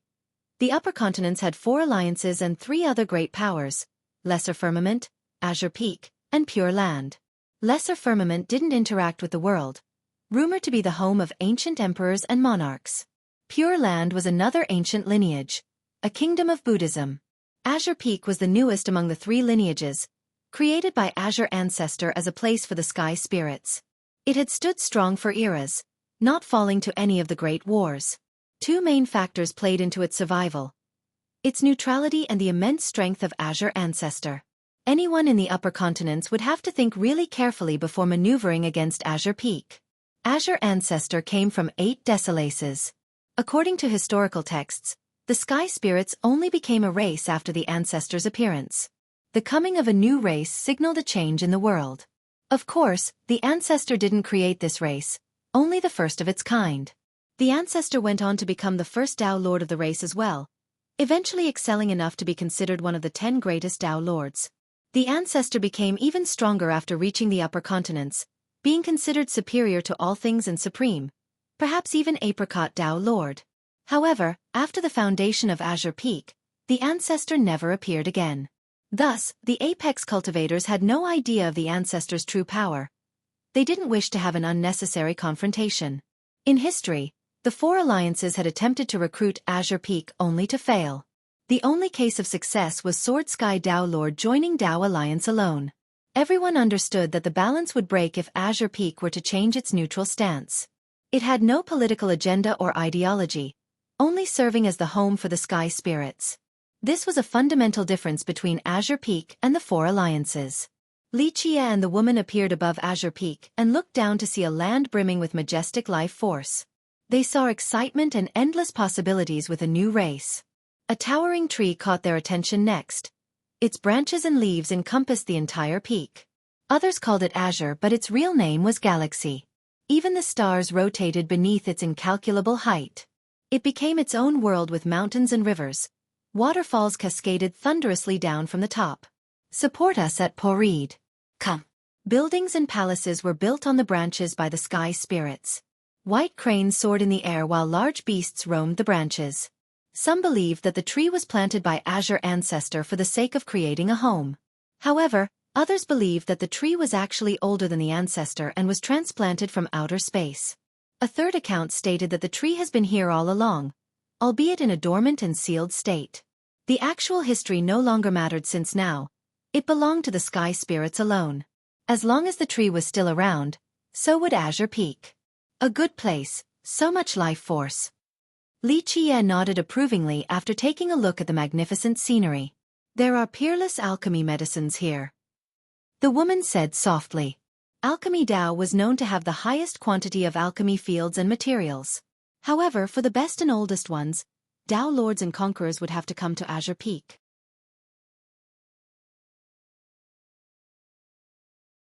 Chapter 54-47. The war between the people and the race started again, spreading destruction from the illusory realms to the upper continents. In spite of the continent's massive size, the auras of the apex cultivators and their followers could still be felt in all corners. More and more cultivators were dragged into this mess regardless of their wishes. Of course, most should have nothing to do with these battles because they could be reduced to ashes after one move. Casualties began approaching an incalculable number. Even powerful Dao lords and conquerors started to fall, a sign of continuous escalation. Rumble! Powers from the illusory realms continued to leak out into the actual world. The fabrics of the realms seemed to be torn apart. Weaker cultivators and mortals trembled in horror since they could feel the shockwaves becoming stronger and stronger. They have lost control of their destiny. Death might come knocking at any moment and they wouldn't have a clue. After all, an uncontrolled blast could wipe out a kingdom in the blink of an eye. Thus, they actually didn't care about the victor, only praying for a swift end to the war. Survival mattered the most, not the ruling party. Once this spread to the entire upper continents, the winners would sit on empty thrones with no surviving subjects to rule. Boom! A blinding light erupted in Heaven Alliance due to the appearance of a supreme tower. Its ancient Dao laws possessed an incredible suppressive affinity. If it were to descend on the upper continents, it would instantly sink both. It seemed to have been around before the start of heaven and earth. The area within was nothing short of infinite. The Tower of Celestial Court. An ancient ancestor bellowed. It's reaching the climax, they want to end this. A neutral dragon lord shuddered. The tower was the ace card of Heaven Alliance, rumored to have been given to Light Dragon Conqueror by Celestial Court during his founding of the Alliance. Loud explosions and earthquakes took over the upper continents. However, this disaster didn't last long because another force seemed to be stabilizing it. Another blinding light appeared in a different location, connecting Dao and Imperial Alliance. This was a great wall exuding different colors. Each color represented a particular divine metal. We are bit. ly/3IBFJKV. Find us on Google. It stretched for billions of miles, seemingly capable of surrounding all of the upper continents. It could handle any attack, whether it be an ultimate blow from the Dao lords and conquerors or countless falling meteors. The various metals were embedded with runes and totems as well, the blessings from the wise sages. Haven Bulwark. Another shouted after seeing the walls, especially those from the people. It'll protect us. Everyone heaved a sigh of relief since the suppressive pressure started to dissipate. Earlier, the Tower of Celestial Court paralyzed everyone even though it was aiming at something else on the battlefield. Now, the walls were erected to stop the tower. Protecting the upper continents was only a byproduct. This will determine the future, we'll find out soon. An ancient ancestor gazed at the bulwark and commented.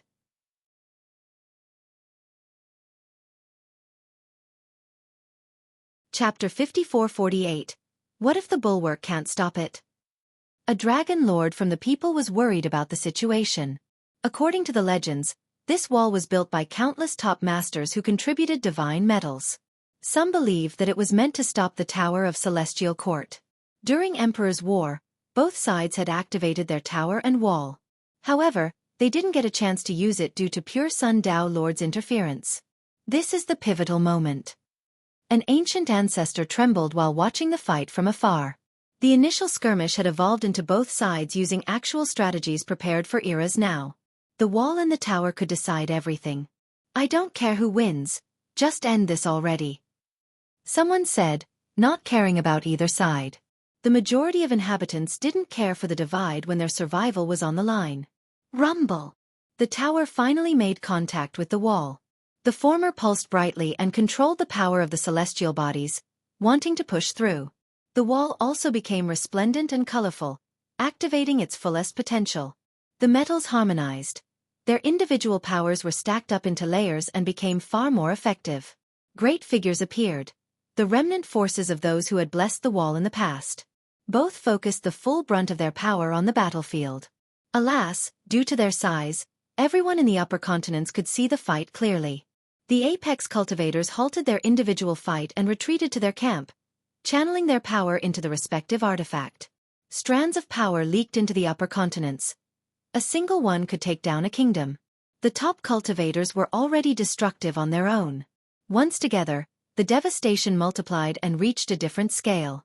Some of these cultivators had no problem unleashing devastation upon the rest of the world.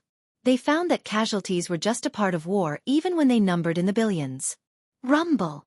Both sides didn't hold back and gave everything they had to power the artifacts. We are Poreed.com. Find us on Google. It seemed to be a stalemate. The tower couldn't take down the wall in just a short time. Buzz. Another portal appeared on the battlefield. A group of cultivators wearing regal outfits and possessing impressive auras. They were led by a dazzling youth who would always be at the center of attention due to his presence. He seemed capable of stopping time itself and gave people a sense of security. The Imperial Clan. Neutral spectators became serious after seeing them. Only the mightiest dragon lords and conquerors could stand close enough to watch. Regular cultivators and ancestors were stuck in the upper continents, completely frozen from the pressure. Li Zhitian and his clan. Someone murmured. The progenitor of the clan was none other than the renowned Crimson Emperor. They were a pillar of Heaven Alliance. Their absence was certainly noticed in the war until now. Reinforcement for Heaven Alliance. A dragon lord commented. Buzz.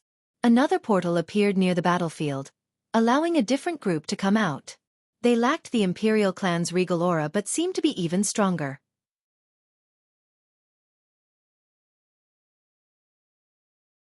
Chapter 5449. Buddhist Emperor. The dragon lords and conquerors in the group varied in age. However, their auras were full of youthful vigor. This lineage was clearly not as old as the Imperial clan. The leader was an ordinary-looking old man, yet the rest still treated him with reverence. He hid an impressive physique beneath his plain robe. His white beard looked rather stiff and prickly to the touch. His broad shoulders and robust hands made him look trustworthy and willing to bear any burden. Principal Conqueror and the Lu are here too. Spectators became even more startled than during the appearance of the Imperial clan. Principal Conqueror is finally making a move? A dragon lord took a deep breath. Are they helping Divine Alliance? Those on the side of the people didn't like this development, especially the ones involved in the battle. The Imperial clan was powerful, but they were no longer in their prime. They lacked an apex cultivator, so they posed a limited threat to either side. The same couldn't be said about Principal Conqueror and his clan, a force capable of tipping the scales. The Lu was in their prime with many capable cultivators, but most importantly, Principal Conqueror was another apex cultivator. This is it, potentially the deciding factor. A dragon lord took a deep breath. Previously, the Lu was considered the strongest clan in the upper continents. However, Principal Conqueror abdicated and his clan also left Divine Alliance. They lived reclusively afterward, and everyone thought that they were finished with the conflict. Alas, their sudden appearance could change the outcome of this battle. Spectators thought that both the Imperial clan and the Lu were on the side of the race. Although the Lu had a soured relationship with Divine Alliance, this was still their home for a long period in history. It made sense that they would show up during this existential crisis. Zero Velbin. The arrival of these two factions could bring a swift end to the conflict. /P boom. A divine beam descended, paving the way for an old man and his legion. He was massive with a metallic body, looking like an unbreakable pillar. The members of the legion were just as impressive visually.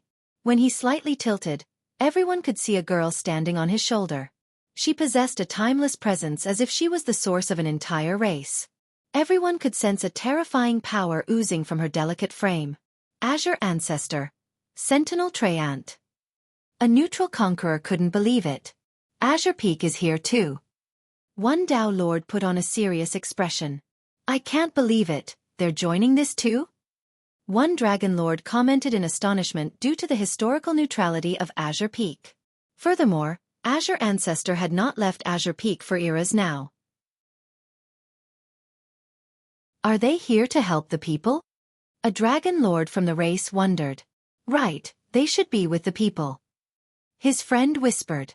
The reason was due to the perceived close relationship between Azure Peak and Dao Alliance.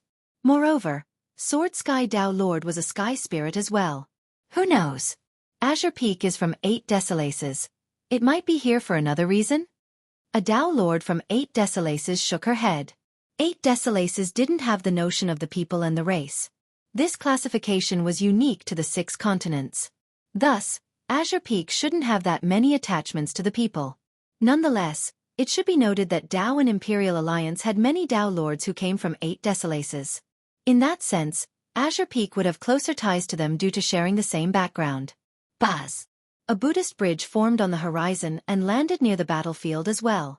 Buddhist hymns could be heard, painting the images of hallowed beings in everyone's mind even before their appearance. Pure Land too. Listeners became emotional. Sure enough, high monks appeared on the bridge. Each of them had totems and images of 7-floor pagodas, inspiring a profound sense of reverence in all spectators.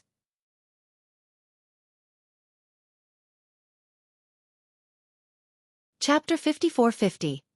Ancient Princess. The monks accompanied by hallowed hymns were a sight to behold. They seemed to be leading Buddha back to the mortal world to deliver peace and salvation. Pure Land is joining this as well? A Dao Lord understood that these were the greatest monks from that region. Regular monks didn't possess these visual phenomena. Pure Land was one of the 7 great powers in the upper continents, perhaps the oldest. The 4 alliances were relatively young and their history was known. As for Pure Land, it was rumored to have been around before the 6 continents. Some said that it dates back to the previous epoch. Thus, little was known about its history and origin. Its power was also incalculable as well since it focused on salvation and spreading Buddhism.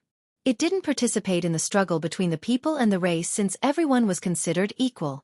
Because of this neutral stance, it had never displayed its true power and resources before. Nonetheless, most historians considered Pure Land to be stronger than any single alliance. Therefore, apex cultivators exercised restraint whenever they visited Pure Land. In fact, Pure Land remained standing even during the perilous eras when Celestial Court reigned unchecked. The latter never provoked Pure Land previously, a testament to its power. Legend told the tales of wondrous cultivators of Buddhism living there. They possessed powers and abilities beyond imagination. Some went as far as saying that if Pure Land wanted to be in the Immortal Continent, it would be equal to Celestial Court, Immortal Dao City, and Imperial Field. The magnificent spectacle resulted in the entrance of an otherworldly woman. She wore a Buddhist robe and an ancient crown while possessing a noble aura accentuated by the Buddhist affinity. This was a rare combination, but it manifested flawlessly around her. With just one glance, one would think of her as a supreme ruler in charge of countless beings. Of course, this wasn't a rare sight because conquerors and Dao Lords would have something similar.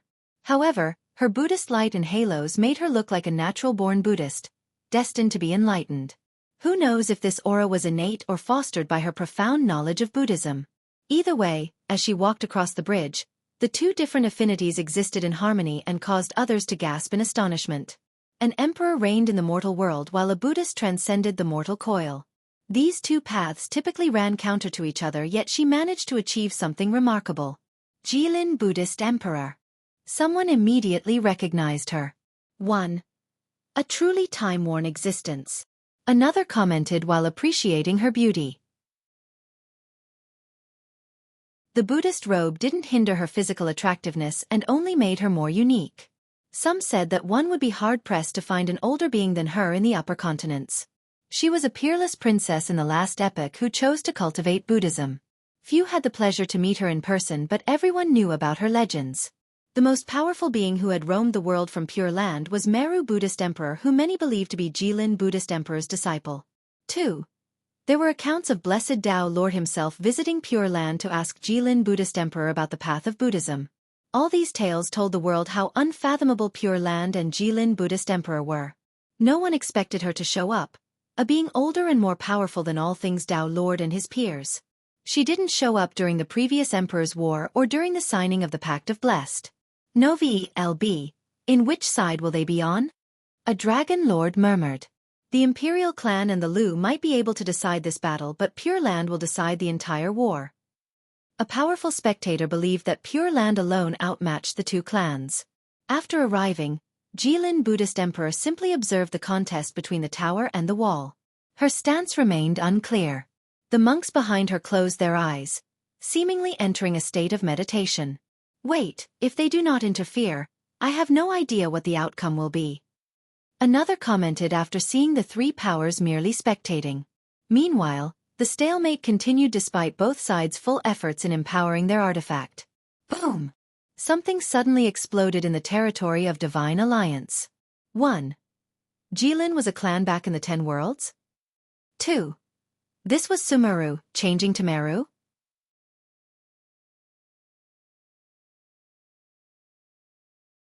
Chapter 54-51. Trembling in Horror, Buzz. Sharp rays pierced the sky around Divine Alliance, slightly resembling blades with a hook attached at the end. They could cut down anything, even time itself or the karmic cycle. It's finally appearing. Principal Conqueror sighed after seeing this. Ancestor, what are they? A dragon lord of the Lu asked. Celestial Hook, an artifact secretly crafted by Divine Alliance with the help of Celestial Court. Principal responded. Is it as strong as Celestial Tower? The Dragon Lord became surprised. Each is useful in its own way. I'm afraid Dao and Imperial Alliance will be unable to stop this with the bulwark alone. Principal concluded. Elben, they're too close to Celestial Court now. A conqueror said. The majority of the Lu was once part of Divine Alliance. Under Principal's leadership, Divine Alliance focused on peace and prosperity with the people. Alas, older members of the Alliance hailed from the 3 great races. Because of this, they naturally gravitated towards Celestial Court and Heaven Alliance. This caused a rift between the Lu and them. In order to avoid needless bloodshed and remain neutral, Principal Conqueror abdicated. Sword Sea Dao Lord, his successor, walked a different path than this and changed the direction of Divine Alliance. This was a fair and legitimate succession, so they didn't face any opposition. With that, they were able to obtain Celestial Court's help in creating a new artifact. It required special natural treasures and metals on top of blessings from top cultivators, capable of slaying emperors and conquerors. Principal had known of its existence and didn't wish for his men to die fighting it. Boom! The momentum in Divine Alliance finally gathered in one place and took the shape of a gigantic hook. It pulsed with a frightening light. Each strand could cut down the stars. This was the highest culmination of sharpness. Just looking at the hook alone caused spectators to feel a sharp pain in their eyes. This wasn't due to the brightness of the rays but rather, the sharp affinity they exuded. What is this thing? They lacked information on this artifact. Although they had seen sharp blades before, those weapons were dull and blunt in comparison. Be ready! All things shouted. His allies' expressions soured as well. The hook immediately latched onto the wall after manifesting into reality but didn't activate its power just yet. Haven Bulwark was known for being unbreakable by external force. The only thing in the upper continents capable of damaging it was Celestial Tower. Both were made from priceless materials and augmented by the best of the best. They were equally matched, resulting in a delicate balance. Alas, there was an unprecedented development today. A strange hum came from the hook, sounding ominous and chilling. This was akin to a sharp object grinding against a sheet of metal. The hook's sharpness couldn't be bested. Nonetheless, it still couldn't cut down the wall in a short time. Nonetheless, the inexhaustible force behind the hook began to make an incision on the wall while leaving a piercing grind. This was an unfavorable development for the people because after all this time, the tower couldn't visibly damage the wall. Now, it seemed that a breakthrough was only a matter of time. Rumble! The tower focused its power on the deep mark, striking it with the utmost force in order to help the hook. The world trembled incessantly before their onslaught. Living beings in the upper continents suffered under the weight of the tower, feeling as if they were being struck as well. Some vomited blood, unable to endure for much longer. No more. No more. They trembled in horror, not wanting to perish in this manner.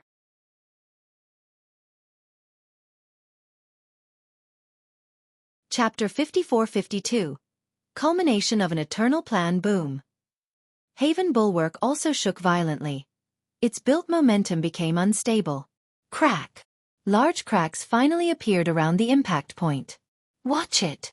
All Things shouted and warned his men. It seemed that their lifelong effort was to be for naught. Boom! The tower finally smashed down and left a massive hole in the wall. The power of the artifacts rushed through the opening and reduced several top cultivators to blood. With their formation and momentum in disarray, the empowerment on the wall crumbled into nothingness. Retreat! All Things could see that this situation was beyond remedy. The people lost. Spectators from afar finally felt the suppression coming from the tower. The same applied to ordinary cultivators and mortals. Divine and Heaven alliance will reign uncontested? They started thinking about future ramifications. The appearance of Celestial Hook had broken the delicate balance in the upper continents. Henceforth, Tao and Imperial alliance could only be on the defensive or retreat. Unfortunately, they couldn't retreat quickly because the Hook had sealed their escape paths. All Things, Sword Queen, Dark Frost, and Calamity roared and utilized their strongest merit laws, wanting to break a dimensional path to escape. Alas, the tower came over and suppressed them as well. Li Jitian and Principal Conqueror took a deep breath, realizing that this was over. The tower and Hook only needed time to eventually destroy these apex cultivators, grinding their Tao fruits and true fate down to nothingness. Meanwhile, the members of Divine and Heaven had total control over the situation. Nonetheless, Supreme and his allies remained cautious and gazed outside the battlefield at the other powers. If Azure Peak and Pure Land were to take action, they might be distracted enough for All Things to break free. The neutral parties exchanged glances, calculating their next move and who were potential allies. Thus, although the people had clearly lost, this seemed to be a waiting period for the next battle. Brothers, there is no salvaging this situation. It is not too late to surrender. Supreme spoke confidently and without arrogance, wanting to persuade his enemies to give up. Only to follow Celestial Court? Calamity Tao Lord laughed. That is negotiable. Supreme said calmly, devising a plan to end this risky stalemate. There's nothing to negotiate. I rather die than yield to Celestial Court. Calamity raised his voice. Brother, do reconsider. No one can change the outcome today. Supreme spoke earnestly, seemingly ready to forgive his enemies. You sound rather confident. All Things found this strange. Sure, they have lost this battle. However, this wasn't the first war between the people and the race. With the exception of immemorial epoch when the people were the underdogs from the start, the subsequent wars were rather even with both sides seizing victory in various battles. Therefore, victory and defeat were only temporary. The side suffering a devastating defeat didn't take long to rise again. However, Supreme's demeanor was different this time. Ovel Bin, the culmination of an eternal plan to establish domination in one strike. Supreme said, the truth is that there is no saving the people. Come work with us, we shall build a new world. As your hounds, I'm sure. Calamity said sarcastically. Brother, Celestial Court is destined to rule the world for all of eternity. Join us and be a part of something great. You will be able to protect the remnant of the people as well. A magnificent achievement. Supreme said. That is a bold declaration regarding Celestial Court. Dark Frost said. Cultivators at their level never boast and choose their words carefully. This was especially true for Supreme, who was in a leadership position. Thus, his confidence in Celestial Court seemed immensely high at the moment. Keep in mind that although Celestial Court was strong, the people were far from being weak. There were still Immortal Tao City and Imperial Field in the Immortal Continent. With their help, the people in the upper continents would be able to launch an impressive assault to change the tides.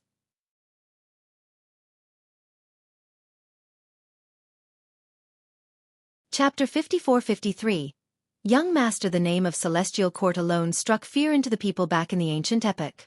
However, a different era started after Skysplitter with the rise of Imperial Field and Immortal Tao City. Nov. LB/ and the Duck Egg Buyer and allies made it all the way to Celestial Court, seizing one victory after another and eventually sealing Celestial Court. Later on, other conflicts occurred with mixed results. Thus, no one could claim absolute domination, not even Celestial Court. Today, Supreme's confidence was met by skepticism and dread. After all, Supreme was far from being the blustering type. Since he had a direct connection to Celestial Court, did he have access to certain information not privy to others? I am speaking nothing but the truth. Know that when Celestial Court returns, it will take over the world. Supreme said. Other Apex cultivators exchanged glances, feeling that there was something amiss regarding Supreme's confidence. Death is the other option. Immortal Pagoda Conqueror had a tougher stance than Supreme. We can deliver judgment now. To hear Immortal Pagoda say this himself surprised Xueqi and Eternal Conqueror. The atmosphere became increasingly ominous. Although they were siding with the race currently, they were not part of Celestial Court. They could kill all things and the others today, but this might not have an absolute effect on the eternal conflict. Sooner or later, Imperial Field and Immortal Dao City would send help to the upper continents, and a reversal remained a possibility. Alas, what was this eternal plan to establish domination from Celestial Court? Currently, Celestial Court didn't have control over the Immortal Continent. The people have risen, becoming a worthy foe. You can't even capture the 2 continents, let alone all 6. Our Dao and Imperial Alliance aren't the only powers here. Calamity laughed, acting boisterously, but in reality, he wanted to pry more information out of Supreme. The outcome is obvious now. Struggling is useless. Not a single soul can stop the inevitable, the reign of Celestial Court. I sincerely advise all of you to take me seriously. Supreme insisted. All of you here included Azure Peak, Pure Land, and any other powers in the upper continents. Listeners naturally understood the implication. This only made things more confusing. Was he not afraid of these powers interfering and saving the prisoners? His absolute confidence could backfire here and revert the situation. No mercy to the dissidents, no exception when the might of the heaven descends. Immortal Pagoda repeated in a domineering fashion, mirroring his prideful attitude. Might of the heaven? Celestial Court thinks too highly of themselves. A bunch of ragpickers think they can represent the high heaven. A leisurely voice answered instead. All eyes turned toward the speaker right away. They saw an ordinary man walking in the sky, approaching the battlefield. Li Qiye. He was no stranger to anyone at this point. Ha ha ha. Calamity burst out in laughter and said, "Our young master is finally here. Celestial Court is done for." He kneeled on the ground and shouted, "Young master, it has been eras since I last paid my respect to you." This startled everyone. An apex cultivator was down on his knees? Jilin Buddhist Emperor immediately rushed over and prostrated before him. "Young master, how long have I waited for this moment?" Her eyes became slightly moist while she was near him. Spectators couldn't believe their own eyes. This time, it was someone stronger than any of the current combatants.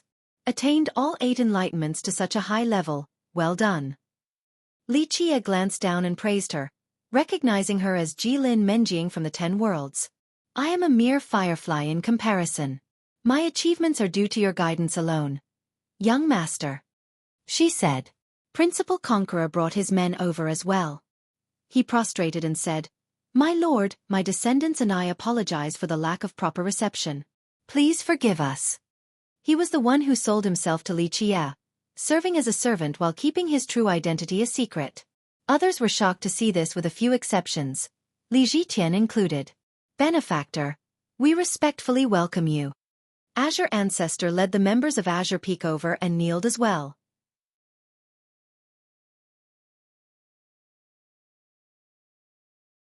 Chapter 54-54. Astonishment. Li Zhitian and the members of the Imperial clan joined the group, also paying their respect to Li Qiye. Of course, no one had any surprises left to give at this point after witnessing several monsters previously. Prior to this, they already knew how frightening Li Qiye was, defeating both Immortal Pagoda and Eternal Conqueror with a single move. Illumination Conqueror in his empowered state was swiftly defeated as well. Nonetheless, a disparity in power didn't necessitate a subservient display. This was something unprecedented in the upper continents. For a single cultivator to be so prestigious and influential. Even those who came from Celestial Court didn't enjoy this treatment. Top cultivators had too much pride to become sycophants. Alas, everyone could see that Calamity, Jilin Buddhist Emperor, Azure Ancestor, and others truly revered Li Qiye. This changed everything regarding previous speculations of Li Kai's identity and background. Who is he? Conquerors and Dragon Lords shared the same question. Only a supreme and ancient existence could cause these cultivators to act in this manner. "Stand up!" Li Qie waved and gave permission. The others stood up. Jilin Buddhist Emperor seemed to be the one most affected by this long-awaited meeting. He smiled and gently stroked her hair before entering the battlefield. Supreme and his peers were shaken mentally to see Li Kai's involvement. They involuntarily took one step back. Other members of Heaven and Divine Alliance felt the same way, thinking that it was harder to breathe. Li Qie still appeared unremarkable with no aura or might emanating from him. He looked plain and unassuming, outmatched by any conqueror or Tao Lord. Nonetheless, there was an inexplicable pressure as if the high heaven itself was pressing down on them. No. LB/in would have feared him even without seeing the display of reverence prior. He was clearly someone above the apex. They recalled Illumination Conqueror in his dream state, borrowing enough power to fight 4 apex cultivators alone. Alas, Li Qie still smashed him effortlessly. They felt tiny and insignificant for once while facing this horrifying foe. It is not too late to scatter. Li Kai's eyes scanned the group. The targets of his gaze trembled as if the glances alone could kill them. They had a solemn expression, aware of a potentially fatal battle. They had the upper hand with the tower and the hook, capable of killing any conqueror or Tao Lord with enough time. However, they weren't sure that this would work on Li Qie. Sir, no one questions your invincibility. Supreme took a deep breath, still being cool and collected despite facing Li Qie. Do you stand with the people now? As I've said, I do not care for your conflict. My issue lays with Celestial Court. Li Qie responded. Please elaborate, sir. If you are dissatisfied with Celestial Court, I will relay the message. Supreme bowed.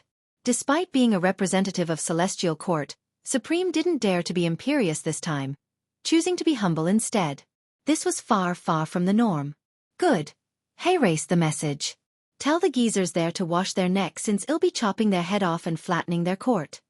Li Qie said with a smile. Since no one thought that Li Kai's words were mere empty boasts at this point, they became shocked even more. This was by no means an empty threat. He certainly would carry through with his declaration even if it meant fighting Celestial Court.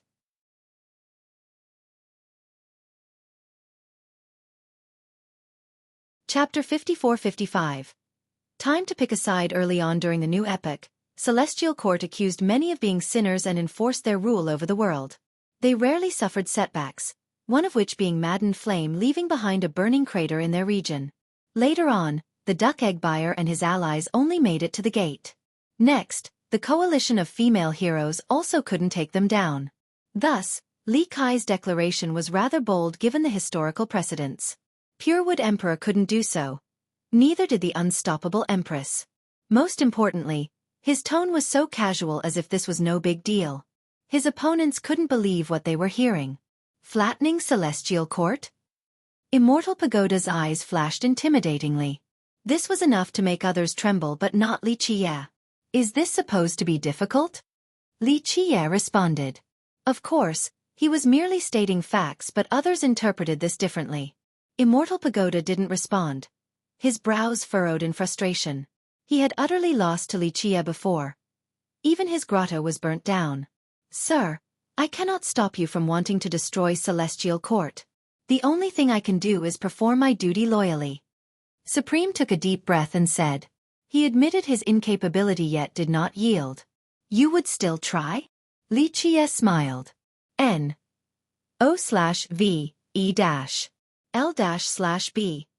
-1. N. Your power is unfathomable by the likes of us.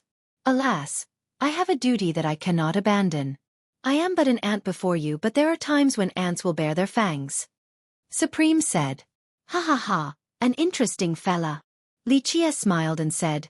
What will you do? All attack together while relying on those things?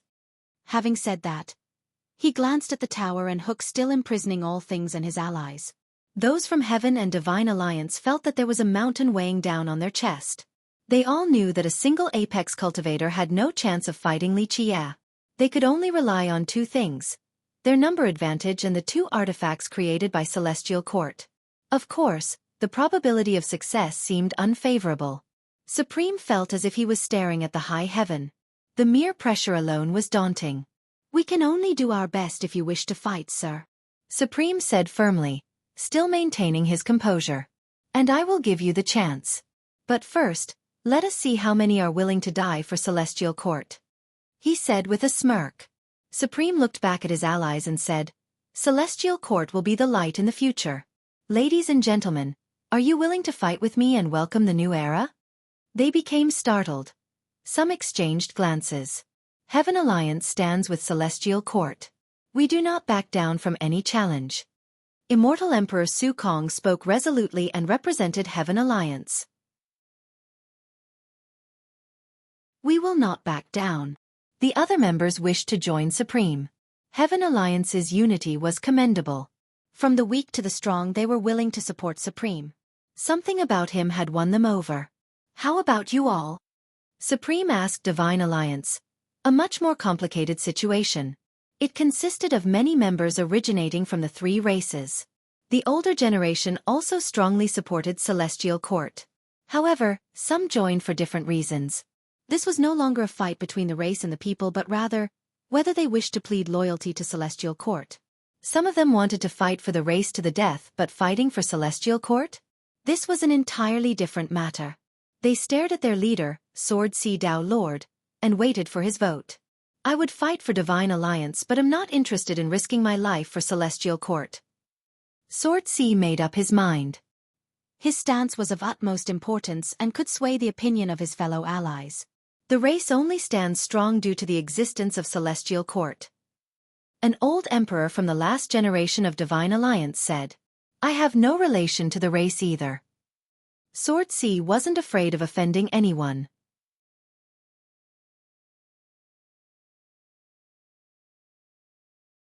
Chapter 54-56. New leader as an Apex Dao Lord, no one could force him against his will. He continued, Gentlemen, I joined Divine Alliance for Divine Alliance, not for the race or Celestial Court. You all knew this and supported me in becoming the Guardian.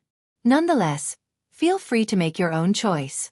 For those who wish to follow me, I will still serve Divine Alliance wholeheartedly. Otherwise, I have no issue returning this position either. The group fell into silence. Everyone had their own opinion. He's not one of us and can't be trusted. Someone among them said. Xueqi didn't care to find out who it was either and walked to a different side. Yi Fantian followed him without saying anything. You can enter Celestial Court and rule in the future. A last-gen monarch advised against her decision.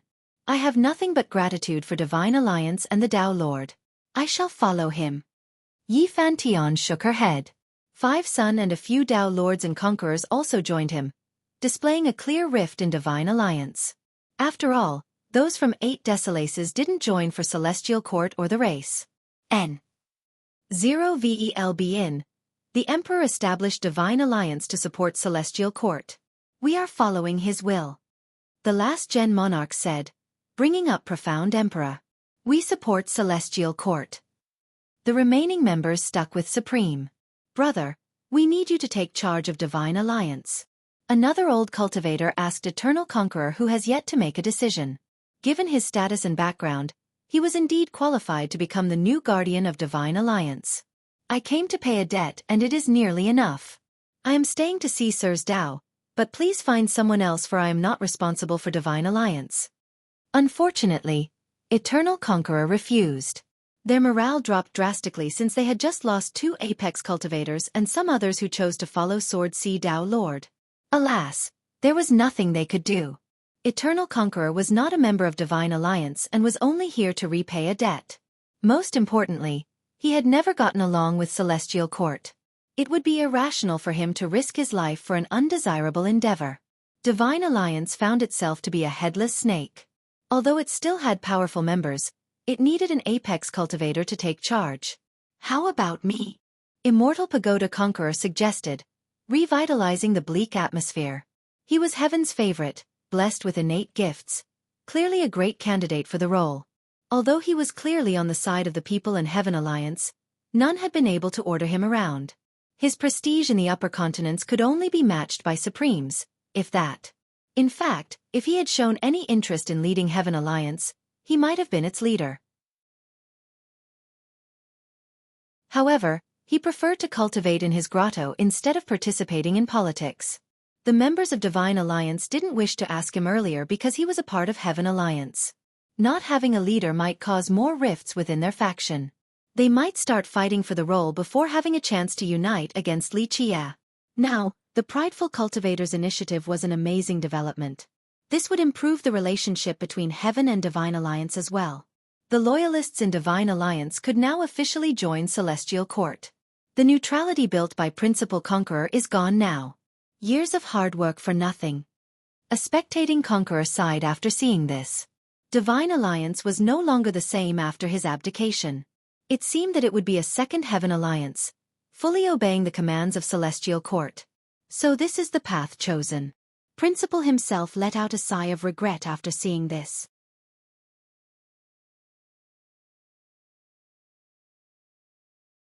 Chapter 54-57. For the Tao Divine Alliance was once unified again with this new leadership, becoming a part of Celestial Court. The dissenters have left alongside Sword Sea Tao Lord, leaving the loyalists behind. Although they lost a number of powerful cultivators, the transformation was thorough and arguably necessary. It grew closer to Heaven Alliance, allowing them to have a common goal and strategy. 0-inch Divine Alliance shall not yield either. The members came to the same conclusion, prompting Li Qia to chuckle. Nove, Pound 1N Sword Sea chuckled as well, no longer interested in the current alliance. 0-inch I am not on any side but still wish to see your power, sir. May I have this privilege? He laughed and asked Li Qia. He was not afraid despite Li Kai's repeated victories over apex cultivators. Everyone could tell that he was above this level.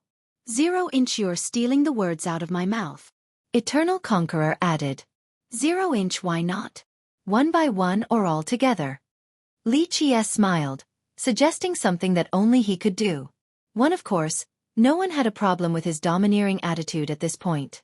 This was how it should be. 0-inch putting our stance aside, who wouldn't wish to fight against you and learn, sir? Supreme said. 0-inch one-on-one, I have a technique I wish to try. The imperious Immortal Pagoda said, I believe that it is at the limit of the Tao, sir. These two put aside the feud for now and wanted to learn more about the mysteries of the Grand Tao. They spoke from the viewpoint of a conqueror and a dragon lord, not the messenger of Celestial Court and leader of Divine Alliance. They became juniors eager to learn in the presence of an esteemed master. Only a few actually had the intention of challenging him for the sake of the Tao. 0-inch I see. I will oblige then since it might well be your last wish. Li Qia smiled. The ominous words left listeners in fear. Nonetheless, the actual challengers had no intention of retreating. 0-inch learning the Tao in the morning and dying in the evening, I am content with that. Immortal Pagoda laughed and declared. His words echoed in everyone's mind, causing them to realize the gravity of the situation and reminding them of a certain something. Many conquerors and Tao lords have forgotten this phrase and the mindset when seeking the Tao. After reaching this level, they consider themselves to be unstoppable and stopped actively learning from someone else. Cultivation became a personal endeavor since who was qualified to teach them the Tao? Alas, they recalled the early days when they were awfully happy to listen to Tao lectures, hoping to gain a sliver of the Tao each day. This was their initial aspiration during their journey. Unfortunately, the longer they traveled, the more they forgot about this feeling. 0-inch well can't argue with that. Sword Sea couldn't help but laugh. I will be content as well. Let me go first. No order, just strike as we wish. How about that? Supreme, who has always been aloof and calm, regained a youthful passion that could be seen by anyone. 0-inch do as you please. Li Qia smiled. 0-inch I start then. I'll show you the sword that I've sought my entire life. Sword Sea couldn't wait any longer. 0-inch very well. Li Qia said. Spectators watched with bated breath because this incoming technique was certainly Sword Sea's strongest. His sword Tao came from one of the 9 paths of finality, a heavenly scripture. As an apex cultivator, he should be able to deliver its potential. 3-inch clank. He unsheathed his sword, but this didn't quite matter because he was one with it in the first place. It didn't actually matter whether it was an ultimate artifact or a regular iron blade since Sword Sea was the blade itself. He turned into a sword Tao. Attacking required his thought alone, not a physical weapon. Favorite.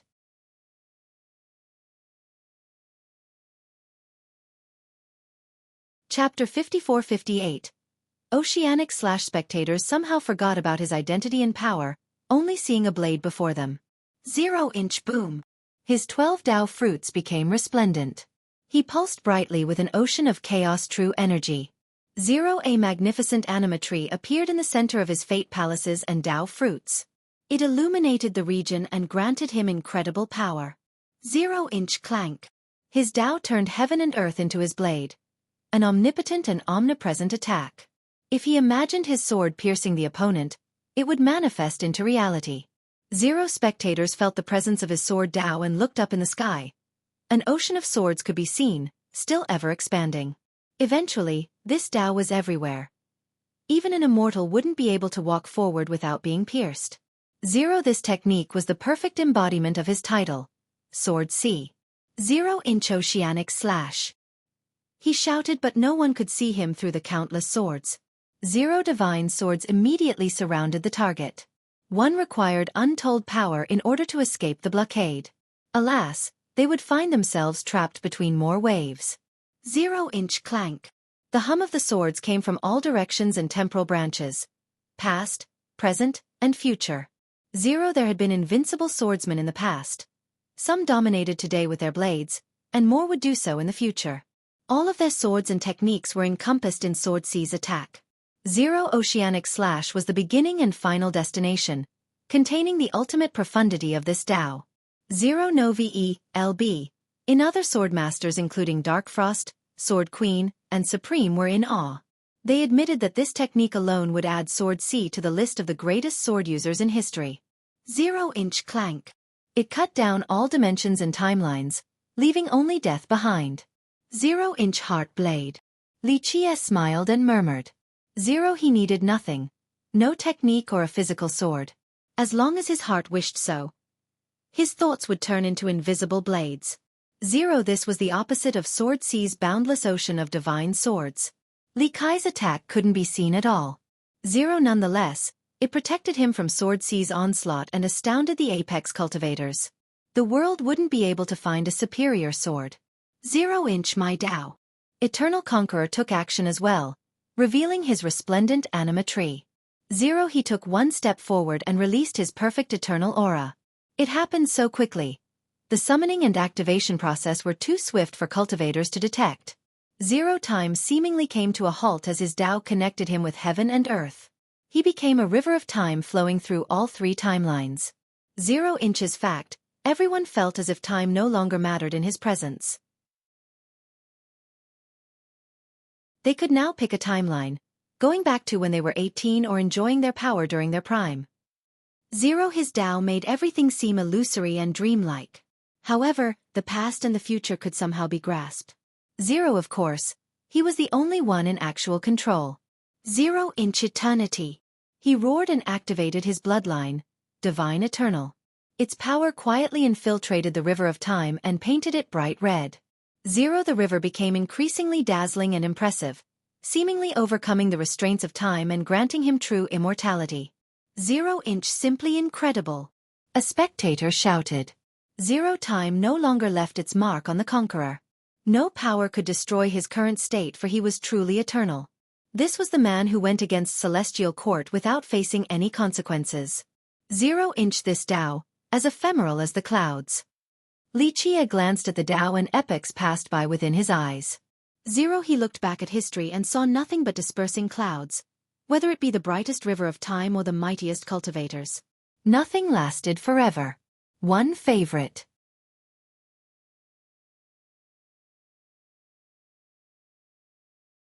Chapter 54-59. Emotions make me not an eternity passed by in the blink of an eye. Nothing was worth remembering due to their ephemeral nature, whether it be invincible emperors, beautiful fairies, and unbeatable legends. Even an apex cultivator was as insignificant as a speck of dust compared to the timeline in Li Kai's eyes. Not worth a single coin. Li Kai's existence robbed everyone of their confidence despite their indomitable Tao heart. They finally had a taste of a long-forgotten sensation. Fear. Nonetheless, Supreme didn't falter despite having a taste of fear. He made his move and summoned his sacred tree for a void thrust. When people saw his colossal tree and special attack, They could see why he was unique and comparable to apex Tao lords and conquerors. He relied on his Tao alone for his current achievements instead of despicable means. Clank! His slash encompassed only the immaculate void, not any murderous affinity and the stench of blood. However, he reserved something special for Li Qie, adding emotions to his attack. It morphed from the void to having other affinities, the apex of his attack. This was the first time spectators saw him using a more traditional sword technique. Of course, it differed from everything else since it had a void state prior to the transformation. His void was superior to all things, making it deadly. However, his manifested compassion could pierce the heart instantly. After all, everyone had emotions since they were living beings, not rocks. Having emotions rendered one vulnerable to his thrust. The mysterious scope of this Tao exceeded the fundamentals of the sword. It entangled itself with earthly matters and took advantage of their weaknesses. Everyone saw the transformed thrust piercing Li Kai's heart. Emotions make me not. They heard his voice and he no longer seemed to be there.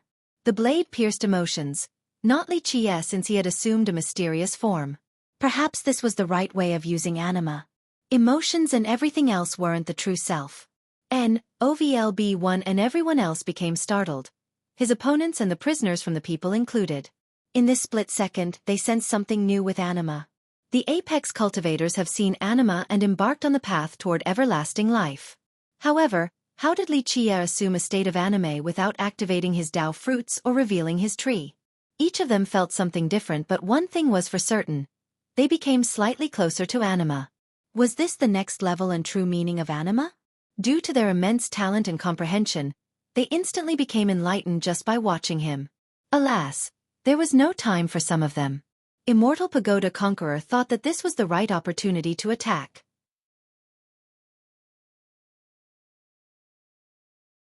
Since Li Qie changed his state to something strange in order to avoid Supreme's incorporeal slash, perhaps he was weakened defensively. My turn. Immortal Pagoda revealed his anima tree with only a single Tao fruit. The latter was different from everyone else, looking larger and containing more Tao profundities. If a single Tao fruit could contain a single Supreme Grand Tao, this one could definitely contain many more. The primordial fruit. Spectators were in awe to see it for the first time. After all, few in history were fortunate enough to possess them. Moreover, they had entered the immortal continent long ago. Immortal Pagoda was the only one with this fruit in the upper continents.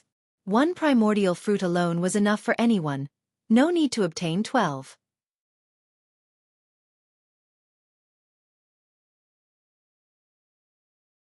Chapter 5460. Total sweep. If audio player doesn't work, press stop then play button again. Chapter 5460. Total sweep. A primordial presence engulfed the world in a suppressive fashion. It worked differently than the aura of a 12-fruit Tao Lord or Conqueror. The latter made everyone feel as if there was a great mountain pressing down on them. As for the primordial fruit, this pressure stemmed from their own blood, talent, origin, and cultivation. This pressure couldn't be resisted. After all, one could push up or shoulder a mountain. In this case, resistance seemed futile since it came from the source. A 12-fruit cultivator might not be able to stop this pressure by activating their own power. Tao Lords and Conquerors took a deep breath, understanding that a primordial fruit was truly matchless. Just its aura alone reigned superior to their own. Boom! An immortal pagoda appeared and shouldered the primordial fruit.